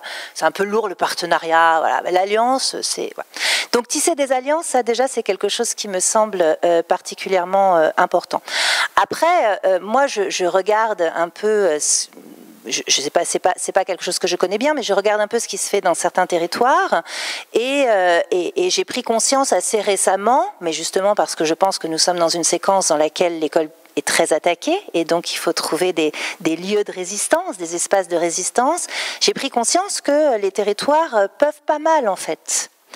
Peuvent faire beaucoup. Alors tout à l'heure on donnait l'exemple de la ville de Grenoble parce que j'avais regardé ça de près pour un cours avec mes étudiants sur les cours de récréation. Et les cours de récréation, donc vous savez peut-être, à Grenoble, ont une vraie politique de végétalisation, ça commence à se développer un petit peu, et puis de réflexion sur les stéréotypes de genre entre filles et garçons, puisque les travaux ont vraiment montré que l'occupation spatiale des cours de récréation était extrêmement genrée, hein. Et ce depuis toujours, hein. Je lisais des témoignages sur l'école de la Troisième République, c'est vraiment le coin avec les filles l'élastique, le coin avec les garçons les billes, voilà. Les garçons qui occupent tout l'espace de la cour pour jouer au foot. Bon, donc il y a vraiment un travail là à faire sur la question de la déconstruction des stéréotypes de genre qui est passionnant. Et je vois bien comment à Grenoble, ce qui est mis en place, bon, je pense que vous en parlerez mieux que moi, hein, mais ce qui est mis en place est aussi justement une réflexion qui est de l'ordre de l'émancipation, parce que c'est une réflexion sur la suppression des dominations, on va l'appeler comme ça pour aller vite, mais des dominations de genre. Et c'est une spatialisation, en fait, d'une politique émancipatrice. Et on pourrait se dire, bon, après tout, c'est pas grand-chose. En plus, les cours de récréation, c'est là où, au contraire, mais en fait, c'est énorme.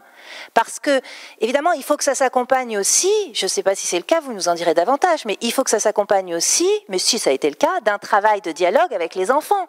C'est-à-dire que ce sont les enfants eux-mêmes qui, en fait, prennent conscience avec leurs propres mots, on ne parle pas d'endoctrinement, ce sont les enfants eux-mêmes qui prennent conscience que les garçons ont cette place-là, qu'ils ont cette fonction-là, qu'ils se comportent comme ça, que nous, on ne peut pas y aller quand on est des filles, etc., que les toilettes, ils sont là, etc., ils sont occupés de cette façon-là, etc. Donc, il y a un dialogue avec les enfants. Et après, du coup, quand il y a une reconfiguration de la cour d'école, les enfants savent pourquoi. Et en fait, ils ont appris mais énormément. Sans parler de tout ce qu'il va y avoir après sur s'occuper des plantes, du potager, etc., etc. Alors voilà, c'est un exemple parmi d'autres. Il y en a sans doute beaucoup plus et vous les connaissez mieux que moi. Mais voilà, là on a typiquement un jeu d'alliance qui me semble particulièrement efficace. Je suis complètement d'accord avec ce que tu viens de dire. Il me semble que on travaille beaucoup sur les alliances, hein. Moi j'aime bien l'expression tisser les alliances aussi. On fait trop souvent à côté les uns des autres. On fait pas assez souvent dans, c'est-à-dire l'ouverture de nos écoles et établissements scolaires, et on travaille ensemble. Et on fait encore moins souvent avec. C'est-à-dire que, et donc là où on arrive au stade de faire avec, effectivement, c'est qu'on a réussi à tisser les alliances éducatives dont tu viens de parler. Sur la mixité, sur les bienfaits de la mixité, c'est l'OCDE qui en parle le mieux, hein. Tous les pays, ça c'est très documenté, les pays dans lesquels à la fois les moyens vont vraiment là où il y a le plus de besoins et où la population scolaire est répartie de façon diversifiée, sont des pays qui réussissent beaucoup mieux que nous. Et en matière de mixité sociale et scolaire, nous partons vraiment dans notre pays de très très loin. Là, j'ai encore à nouveau un petit souci, au secours. On part de très loin, ça c'est le CNESCO qui a fait une étude en 2015. On a dans notre pays une ségrégation interétablissement. On a 12% de nos collégiens aujourd'hui qui fréquentent un collège uniquement avec des enfants défavorisés. Uniquement. Aucune mixité sociale qui est...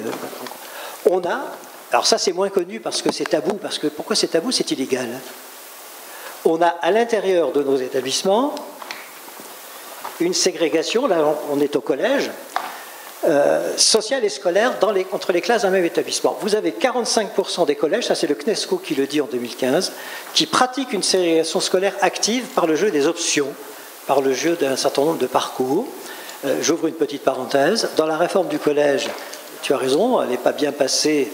Il faut que chacun prenne ses responsabilités. Mais l'idée, par exemple, sur les langues vivantes, c'était d'offrir une deuxième langue vivante à tous les élèves en classe de 5e. Alors qu'auparavant, tous les élèves, c'était en classe de 4e. Et une partie des élèves seulement, 18%, avaient la possibilité d'être en 6e bilingue. Et donc, on a décidé, dans la réforme du collège, de mettre la deuxième langue vivante à tous tout le monde, bilingue pour tous, en classe de 5e. A priori, ça devait gêner personne. Bah si, ça a gêné la partie de nos concitoyens de gauche et de droite qui mettaient leurs enfants en 6e bilingue, pas tellement pour la beauté, entre nous on peut se le dire, pas tellement pour la beauté du russe, de l'espagnol, du chinois, etc., mais c'est parce que ça permettait d'avoir un couloir scolaire protégeant leurs enfants de la fréquentation des autres. Donc 45% des collèges pratiquent cela aujourd'hui, et vous avez 25% de nos collèges, ça c'est le CNESCO qui a fait cette étude en 2015, qui pratique vraiment un séparatisme social en faisant des classes de niveau, ce qui est complètement illégal. Donc quand je dis que nous partons de loin, on part vraiment de loin en matière de mixité sociale. Et alors, c'est encore plus grave, si vous voulez, dans la mesure où nous sommes le pays, alors il y a très peu de pays en Europe qui financent leur enseignement privé, nous le faisons depuis 1959. On finance sur des fonds publics la concurrence privée de notre école publique. Et donc c'est évidemment une complication supplémentaire quand on veut faire un peu de mixité sociale et scolaire. Sans caricaturer, parce qu'on a des établissements privés qui accueillent des enfants de milieux populaires, hein, dans le Nord notamment, en Bretagne, mais globalement quand même, il y a 3 fois moins de boursiers dans l'enseignement privé que dans l'enseignement public. Et donc ça n'aide pas évidemment à la mixité sociale et scolaire. En fait, si vous voulez, parce qu'il faut qu'on soit très court, la mixité sociale et scolaire, c'est à la fois un point de départ et c'est un point d'arrivée. Moi, je pense que c'est beaucoup plus un point d'arrivée qu'un point de départ. La mixité sociale et scolaire, ça ne se décrète pas. Chacun veut le meilleur pour son enfant, et si on a le sentiment que son enfant ne sera pas dans de bonnes conditions dans une école ou dans un collège, moi, je jette la pierre à personne. Moi, je considère plutôt que c'est un point d'arrivée, c'est-à-dire qu'on aura une mixité sociale et scolaire, en tout cas on aura plus de chances d'avoir de la mixité sociale et scolaire si dans ce pays nous avons une véritable égalité en droit, et pas en chance, égalité en droit dans l'offre de formation. J'étais inspecteur d'académie en Seine-Saint-Denis et je peux vous dire, mais c'est ce que tu racontais pour Nanterre aussi, qu'il y a des établissements scolaires où il y a très peu de titulaires parmi les enseignants, il y a des contractuels et quand ils sont malades en plus ils ne sont pas remplacés. La fédération FCPE de Seine-Saint-Denis a fait une étude montrant que dans la scolarité obligatoire, donc maintenant c'est de 3 ans à 16 ans, mais quand ils ont fait l'étude c'était de 6 ans à 16 ans, dans certains secteurs, des enfants perdent une année scolaire sur leur totalité de la scolarité obligatoire parce que les profs ne sont pas remplacés. Comment vous voulez faire de la mixité sociale et scolaire avec une offre de formation aussi disparate dans notre pays? Donc tant qu'on ne mettra pas à niveau l'offre de formation, c'est-à-dire mettre des profs compétents, bien payés, là où on en a besoin, on ne fera pas de mixité sociale et scolaire. Dans un bouquin qui va sortir au début de l'année, j'utilise l'expression, je dis, on parle à juste titre de zones de non-droit. Il paraît qu'il y a des zones de non-droit dans notre pays. L'inspecteur d'académie de Seine-Saint-Denis, que j'ai été, confirme. Il y a vraiment des zones où notre République est contestée dans ses valeurs, et donc ça, c'est absolument insupportable. Mais il y a des zones de non-même droit. Il y a des endroits de notre pays qui n'ont pas les mêmes droits, tout simplement dans l'offre de formation. Et donc ça, c'est un problème parce que nous mettons notre pacte républicain en cause, en quelque sorte. Celles et ceux de nos concitoyens qui, à tort ou à raison, considèrent qu'ils n'ont pas eu les mêmes droits que d'autres, vont pas longtemps considérer qu'ils ont les mêmes devoirs que les autres. Et donc là, on est vraiment en souci si nous n'arrivons pas à faire une vraie mixité sociale et scolaire. Sinon, on va se gargariser avec vivre ensemble, mais sinon on n'est pas fichu de scolariser ensemble, on n'est pas prêt de faire société.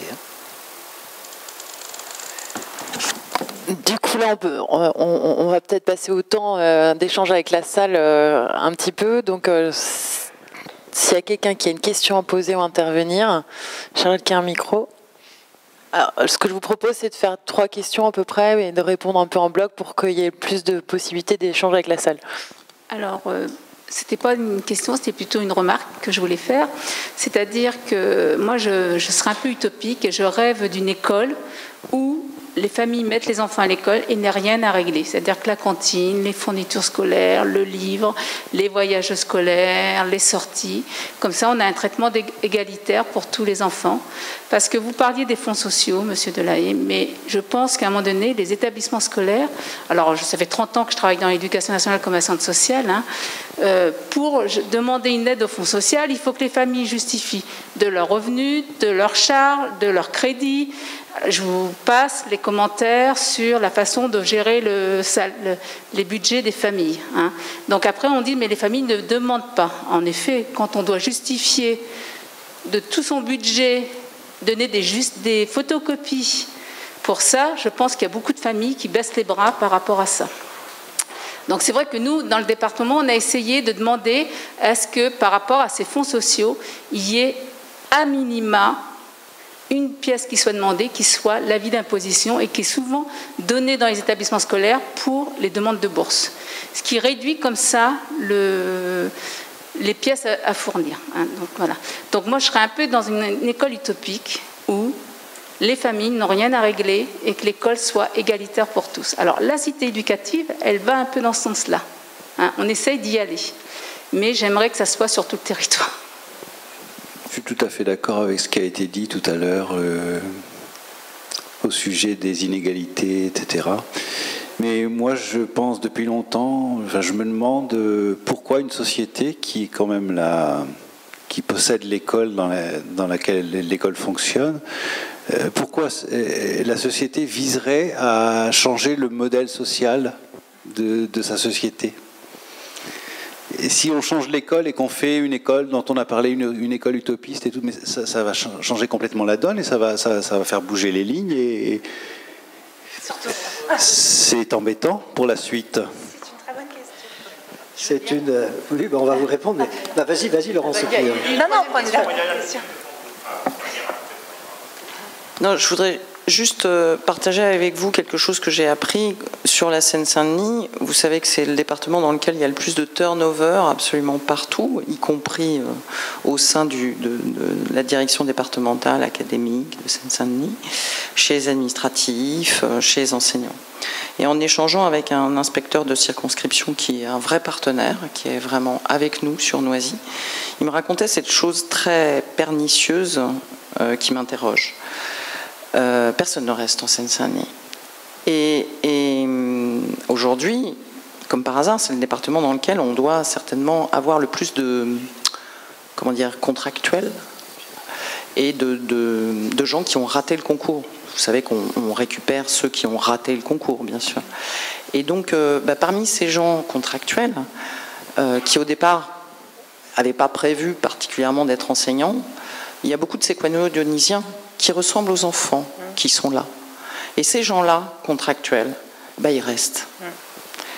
Et c'est fou comme la contractualisation qu'on honnie tous, bien évidemment, ce que ça va fabriquer dans le territoire de Seine-Saint-Denis. Et quand j'ai eu cet échange avec cette inspection, ça m'a beaucoup interrogée.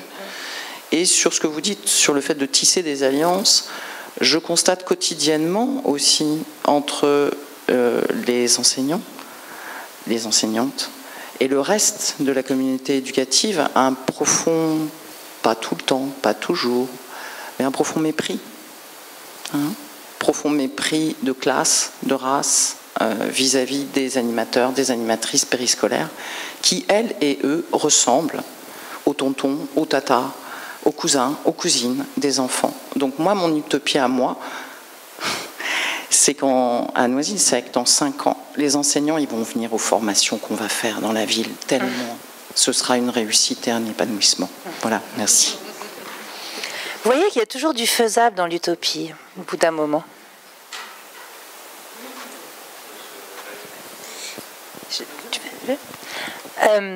Oui, merci beaucoup pour votre témoignage. On n'a pas parlé, enfin on a un petit peu évoqué à quel point ce maillon socio-médico-psychologique est en voie de disparition aujourd'hui dans l'éducation nationale et à quel point c'est une catastrophe absolue.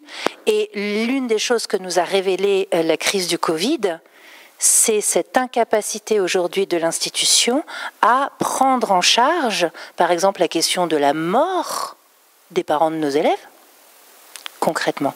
de la mort des oncles, des grands-parents, etc. La question de la culpabilité des enfants. Rappelez-vous quand même que pendant longtemps, on leur a dit que c'était eux qui étaient les vecteurs de la maladie.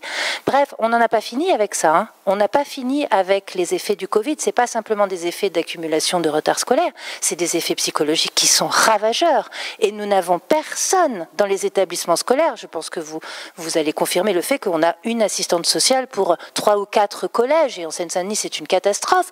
Nous n'avons personne dans l'institution scolaire pour prendre en charge ces enfants, ces ravages psychologiques. C'est absolument scandaleux, cette disparition de ce maillon, et cette disparition d'un des maillons avec lesquels, effectivement, nous avons tout intérêt à faire alliance.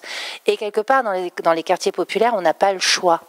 Alors je suis d'accord, ça se passe pas toujours bien, et bon, je sais pas si on peut généraliser la remarque que vous faites, j'y reviendrai après sur le mépris entre personnels, mais c'est vrai que ça existe, on va pas dire que ça n'existe pas, mais en tout cas, si on veut qu'un établissement fonctionne, il ne peut fonctionner qu'avec ce type d'alliance, et en particulier avec cette chaîne là qui n'existe plus et qui faisait tenir quand même un petit peu la machine. Et ce que dit aussi votre témoignage, bien sûr, c'est que se joue là, dans les familles en très grande précarité, ce qui se joue exactement de la même manière pour l'accès au système scolaire d'élite. Pensez par exemple à Parcoursup. Moi, j'ai fait les lettres de motivation de mon fils en culpabilisant comme une malade, parce qu'en même temps, il fallait que je fasse celles de mes élèves, et que je pouvais pas le faire. Et je me disais, mais il y a des parents qui font pas les lettres de motivation de leurs enfants. Et en réalité, la discrimination, elle est énorme, parce que moi, je sélectionne avec Parcoursup pour des BTS. Je sais très bien que les lettres de motivation, on les lit.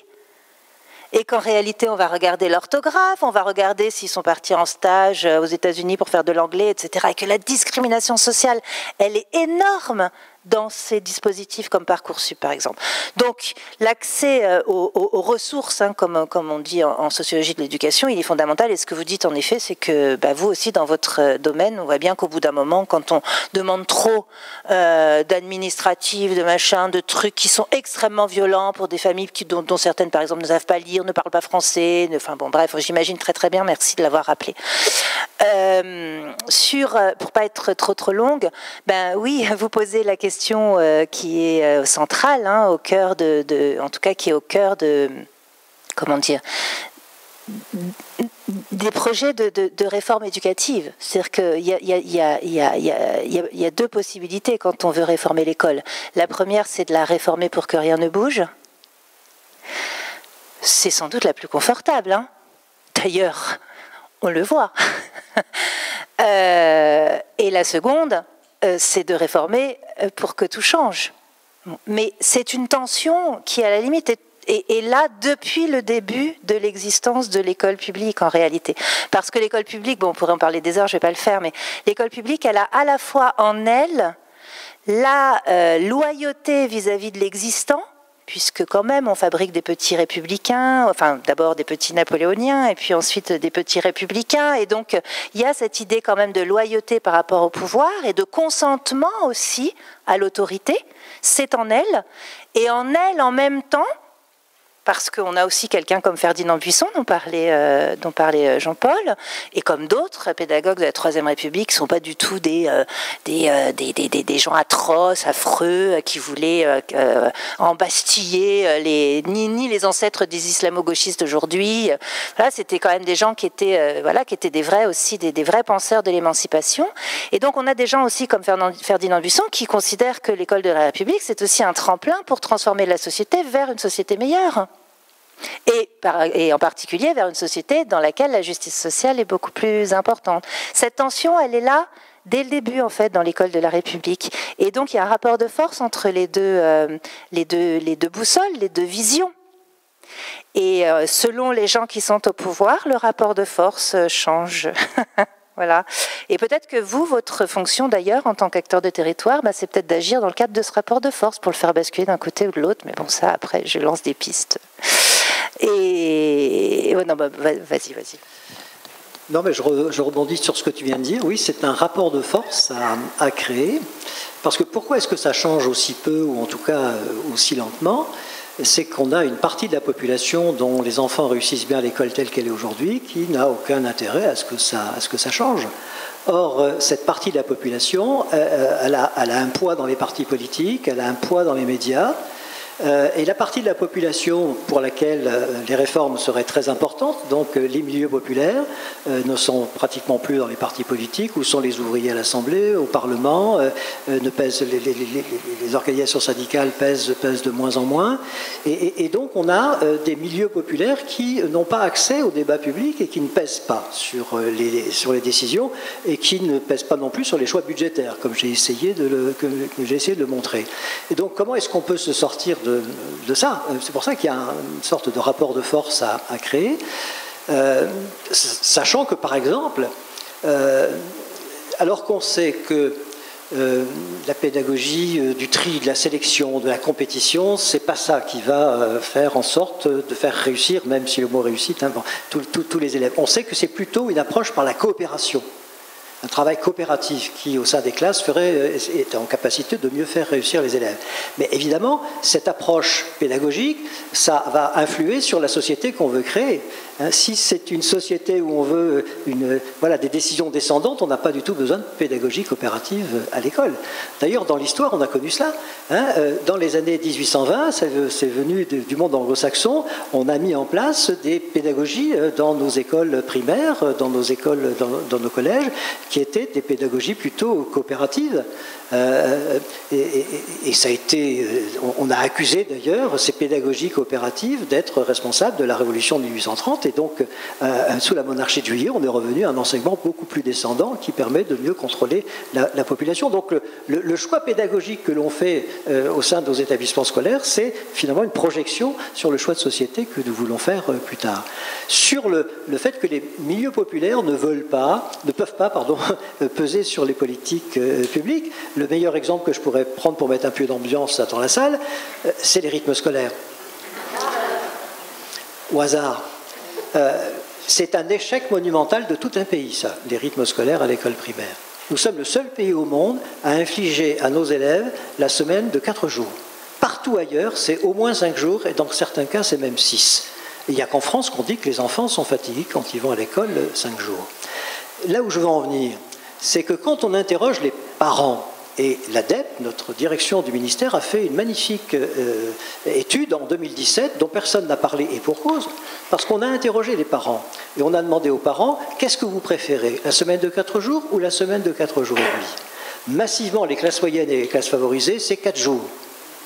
Mais pour les 2 tiers, les familles populaires disent, nous, c'est 5 jours qu'on veut. Elles ne sont pas folles. Elles voient bien que quand le gamin il n'est pas à l'école le mercredi ou le samedi, il est où? Il n'est pas au Poney Club, au conservatoire ou à Academia en train de recevoir des cours de soutien privés payants. Et donc, si on avait écouté les milieux populaires davantage, on aurait gardé la semaine de 5 jours. Mais on a piétiné ce que souhaitaient les familles populaires et on a préféré revenir à 4 jours. Je crois savoir que sur loi, quand il y a eu la concertation, c'est massivement les classes moyennes et les classes favorisées qui ont voté pour la semaine de 4 jours. Les milieux populaires, ou ne se sont pas prononcés, ou se sont prononcés en faveur des 5 jours. Donc voilà. Et donc ce rapport de force, il va bien falloir que collectivement, en tant que citoyens, si on croit un tout petit peu à cela, il va bien falloir qu'on aide à le construire. Sinon, il va nous arriver des ennuis. Il va nous arriver des ennuis parce qu'on ne pourra pas aussi longtemps avoir un pays qui est aussi inégalitaire en matière scolaire. Ça ne sera pas possible de pouvoir durer très très longtemps comme ça. Et je termine. C'est pas dans un parti révolutionnaire d'extrême gauche que ça s'est dit. Ça s'est dit au ministère des Finances en 2015, un colloque qui a rassemblé l'ensemble des économistes mondiaux. Le ministre des Finances de l'époque, il est aujourd'hui président de la République, il avait réuni, et c'était très intéressant en 2015, tous les économistes du monde entier, et leur conclusion de ce colloque, c'est encore en ligne, vous pouvez aller voir, les inégalités freinent la croissance. Autrement dit, si on veut rester compétitif dans la mondialisation, on a intérêt à se secouer dans notre pays pour réduire les inégalités. Et ça peut peut-être parler à celles et ceux qui ont tendance à ne pas vouloir bouger, parce que finalement, on met en péril l'ensemble de la société. Dans PISA, dont je vous ai parlé, Il y a un signe qui inquiète aujourd'hui les classes moyennes et les classes favorisées, c'est que leurs enfants aussi ont des résultats qui ont tendance à baisser, tout en restant très bons. C'est-à-dire qu'en fait, l'absence de mixité sociale, l'absence de scolariser ensemble est en train de nuire à tout le monde. Et donc ça peut peut-être faire bouger une partie de la société. Merci de vos propos. J'ai envie de noircir un petit peu plus le tableau. Je ne suis pas élue d'une collectivité territoriale. Je représente une fédération de jeunesse et d'éducation populaire, les Francas. Tout ce qui est autour de l'école est aussi en difficulté. On parle de la médecine scolaire, un pour 800, ou un ou une pour 800, je crois que c'est à peu près ça aujourd'hui. Un pour 1000 élèves, plus même. Bon. On peut parler des psychologues scolaires, mais il y a aussi ce qui est autour de l'école. Aujourd'hui, c'est la PMI qui risque de disparaître. Aujourd'hui, ce sont les pédopsychiatres qui ne sont plus présents. Aujourd'hui, un rendez-vous dans un CMPP, on l'aura peut-être l'an prochain, ou quand le gamin il sera sorti du collège de toute façon, etc., etc. Donc, c'est aussi cet environnement-là qui me fait peur.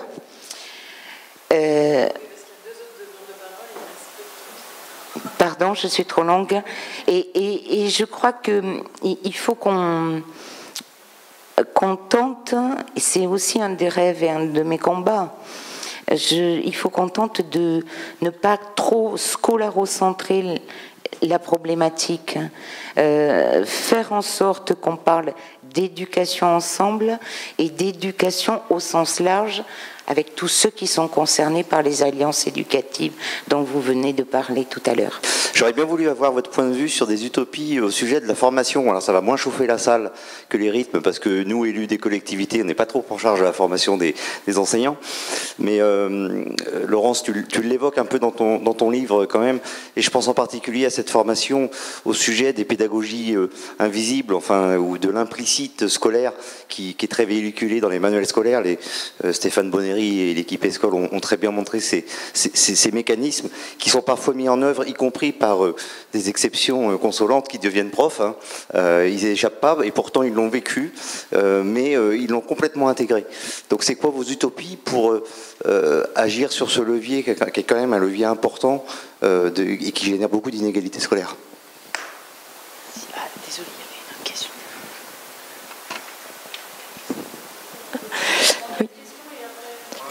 Oui, bonsoir. Merci pour vos propos, très intéressants.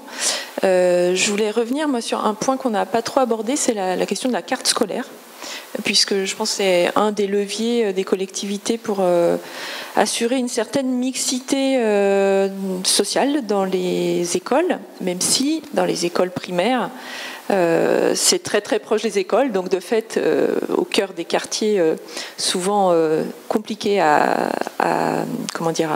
rendre effectifs. Mais au niveau des collèges, j'ai entendu parler d'expériences de collèges de ville qui essaye de travailler cette question de la mixité sociale dans les collèges en rattachant des secteurs un petit peu éloignés du collège, ou en faisant les 6e, 5e dans un établissement, les 4e, 3e dans un autre, pour avoir un périmètre beaucoup plus large. Voilà. Et donc nous, en tout cas, on a cette question-là sur 2 ou 3 collèges à Nantes qui sont vraiment au cœur de quartiers populaires et dans lesquels on a du mal à assurer une mixité sociale. J'aurais voulu savoir si vous aviez des expériences en tête, des choses qui fonctionnent ou si c'est irrémédiable, il faut tout simplement changer le collège d'endroit, quoi. Enfin voilà, qu'il y ait une autre action possible, mais à plus long terme.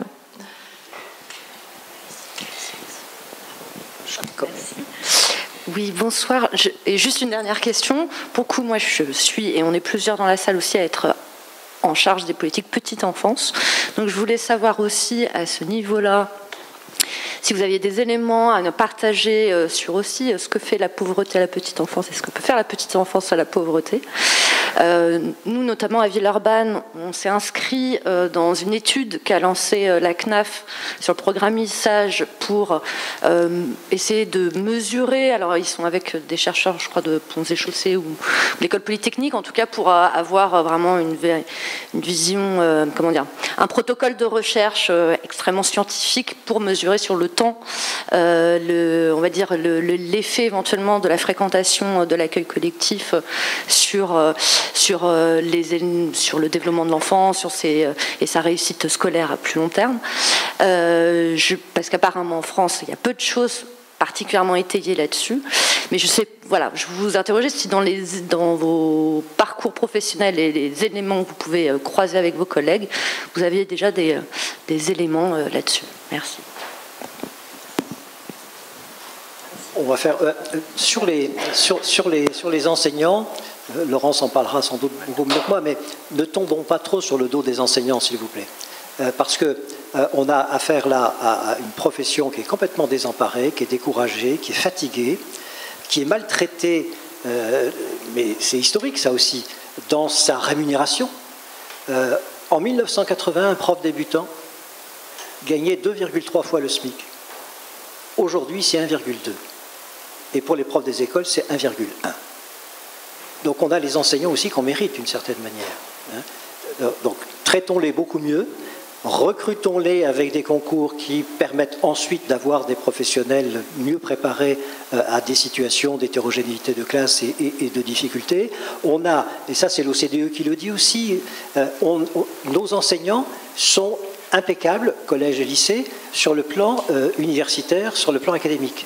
On a 70% de nos enseignants qui ont au moins un master. Dans l'OCDE, c'est 40%. Par contre, on a des enseignants qui sont beaucoup moins formés que leurs collègues de l'OCDE en pédagogie. Donc là aussi, on a un gros effort à faire pour mieux préparer nos collègues enseignants aux difficultés qui sont devant eux. Sur la carte scolaire, historiquement, la carte scolaire n'a jamais été faite pour faire de la mixité sociale. C'est une façon d'organiser les flux d'élèves dans un périmètre géographique donné.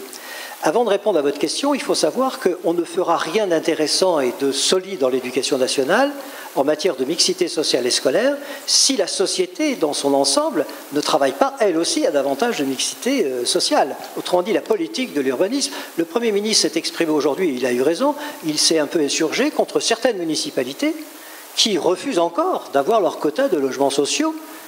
Et après, ces mêmes gens-là vont vous parler de communautarisme. Oui, il y a un communautarisme dans certaines villes qui est des ghettos de riches qui ne veulent surtout pas de mixité, un peu de mixité sociale dans leur territoire. Donc on ne fera pas des miracles dans l'éducation nationale si la société elle-même ne prend pas ce sujet vraiment à cœur. Mais vous avez raison, il y a quand même... Heureusement, la loi de 2013 l'a inscrit dans ces obligations, mais on a des expérimentations de multisecteurs en collège. Alors à Nantes, c'est urgent parce que des universitaires viennent de dire qu'à Nantes, la mixité sociale et scolaire, justement parce qu'il y a une part importante d'enseignement privé, c'est vraiment pas aujourd'hui le cas. Mais à Toulouse, par exemple, et Étienne Busbach, qui est au fond de la salle, pourrait en parler encore beaucoup mieux que moi, il y a une expérience depuis plusieurs années très intéressante d'amélioration de la mixité sociale et scolaire parce que tous les partenaires s'y sont mis. Le conseil départemental, l'inspection académique, la municipalité, et puis les parents qui au début étaient un peu réticents à changer leur gamin d'affectation, jouent le jeu maintenant parce que chacun y a porté sa contribution, notamment dans l'offre de formation égalitaire qu'il y a dans ce secteur. On pourrait parler de Paris, où le rectorat vient de prendre une décision très courageuse pour affecter les élèves fin de troisième en seconde, en faisant un peu exploser la tradition parisienne de sectorisation qu'on connaît bien avec la montagne Sainte-Geneviève et tous les autres. Donc ça, il y a des choses qui sont effectivement en train de bouger. Ce que l'on peut regretter, c'est que les expérimentations collège, qui ont démarré en 2015-2016, n'aient pas été suffisamment soutenues, c'est le moins qu'on puisse dire, politiquement depuis, et heureusement que localement, les acteurs ont maintenu le cap pour conduire ces expérimentations à terme. Oui, excusez-moi, je suis obligée d'être rapide, c'est moi qui suis obligée de partir en train. C'est pour ça qu'on s'agite un peu là sur l'horaire. Juste deux choses rapides. Absolument d'accord avec ce que vient de dire Jean-Paul. Je le dirais un peu à ma manière aussi, c'est-à-dire qu'il ne faut pas que la mixité scolaire devienne le cache-sexe d'une absence de redistribution des richesses. Il ne peut pas effectivement y avoir de mixité scolaire qui fonctionne si c'est pas un idéal qui est partagé, si c'est pas consenti. Voilà. On sait très bien ce que ça a donné, par exemple, le buzzing aux États-Unis. Et puis c'est extrêmement violent aussi pour des enfants qui viennent des quartiers pauvres de se retrouver dans des ghettos de riches. Concrètement, il faut le dire aussi, c'est extrêmement violent pour eux. Donc voilà, il ne faut pas non plus que la mixité scolaire devienne une sorte de mantra qui empêche aussi de réfléchir à une politique plus large de redistribution des richesses. Sur la deuxième question qui est celle de la formation des enseignants, oui, alors là, enfin, comment vous dire, on est dans une situation qui est cataclysmique, dans une situation de formation des enseignants qui est cataclysmique. Je peux même pas trouver d'autres mots. C'est pas qu'ils sont peu formés à la pédagogie, les enseignants du secondaire, c'est qu'ils ne sont pas formés du tout. Ils connaissent pas un nom de pédagogue. Et ils ne sont pas formés à la sociologie de l'éducation. Tout à l'heure, je parlais de mon expérience. Moi, quand j'arrive à Nanterre, donc non formée, jeune bourgeoise, rémoise, machin, non formée, transplantée dans mon quartier, dans mon collège relégué. Qu'est-ce que je fais? Au départ, mon premier réflexe, je vais vous dire, c'est je m'en vais. Je reviens pas là. Au secours, j'y arriverai jamais. Je m'en vais. Et mon deuxième réflexe, c'est d'acheter 2 livres de sociologie. Le premier, c'est Cœur de banlieue de David Lepoutre, ça date un peu, c'est un gars, il lui est arrivé exactement la même chose, mais à la Courneuve. Et le second, c'est Nanterre, terre de bidonville d'Abdelmalek Sayad, parce que je voulais connaître un petit peu le territoire dans lequel j'étais. Donc j'achète un livre de sociologie, de l'éducation, de la jeunesse et de l'immigration. Et là, je comprends qui j'ai en face de moi.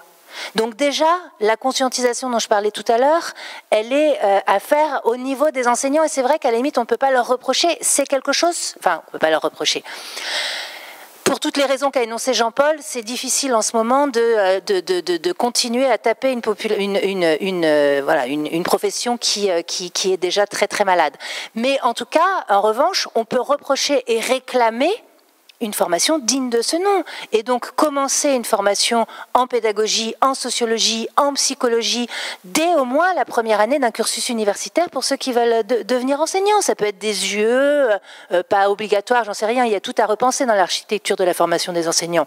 Mais tant qu'on restera dans l'idée qu'un bon enseignant est quelqu'un qui ne fait que maîtriser un contenu académique, de toute façon, on ne s'en sortira jamais. Celui qui maîtrise correctement sa discipline, celui qui se contente d'une maîtrise académique, va contenter les enfants qui sont déjà prêts à accepter des savoirs académiques. C'est ce que Frère appelait la pédagogie bancaire, c'est-à-dire qu'il va se contenter de considérer que le savoir agit comme une perfusion. Voilà, et ça on sait très bien qu'il y a des enfants avec lesquels ça marche, mais ce n'est pas ceux qui en ont le plus besoin. Vous voulez encore ?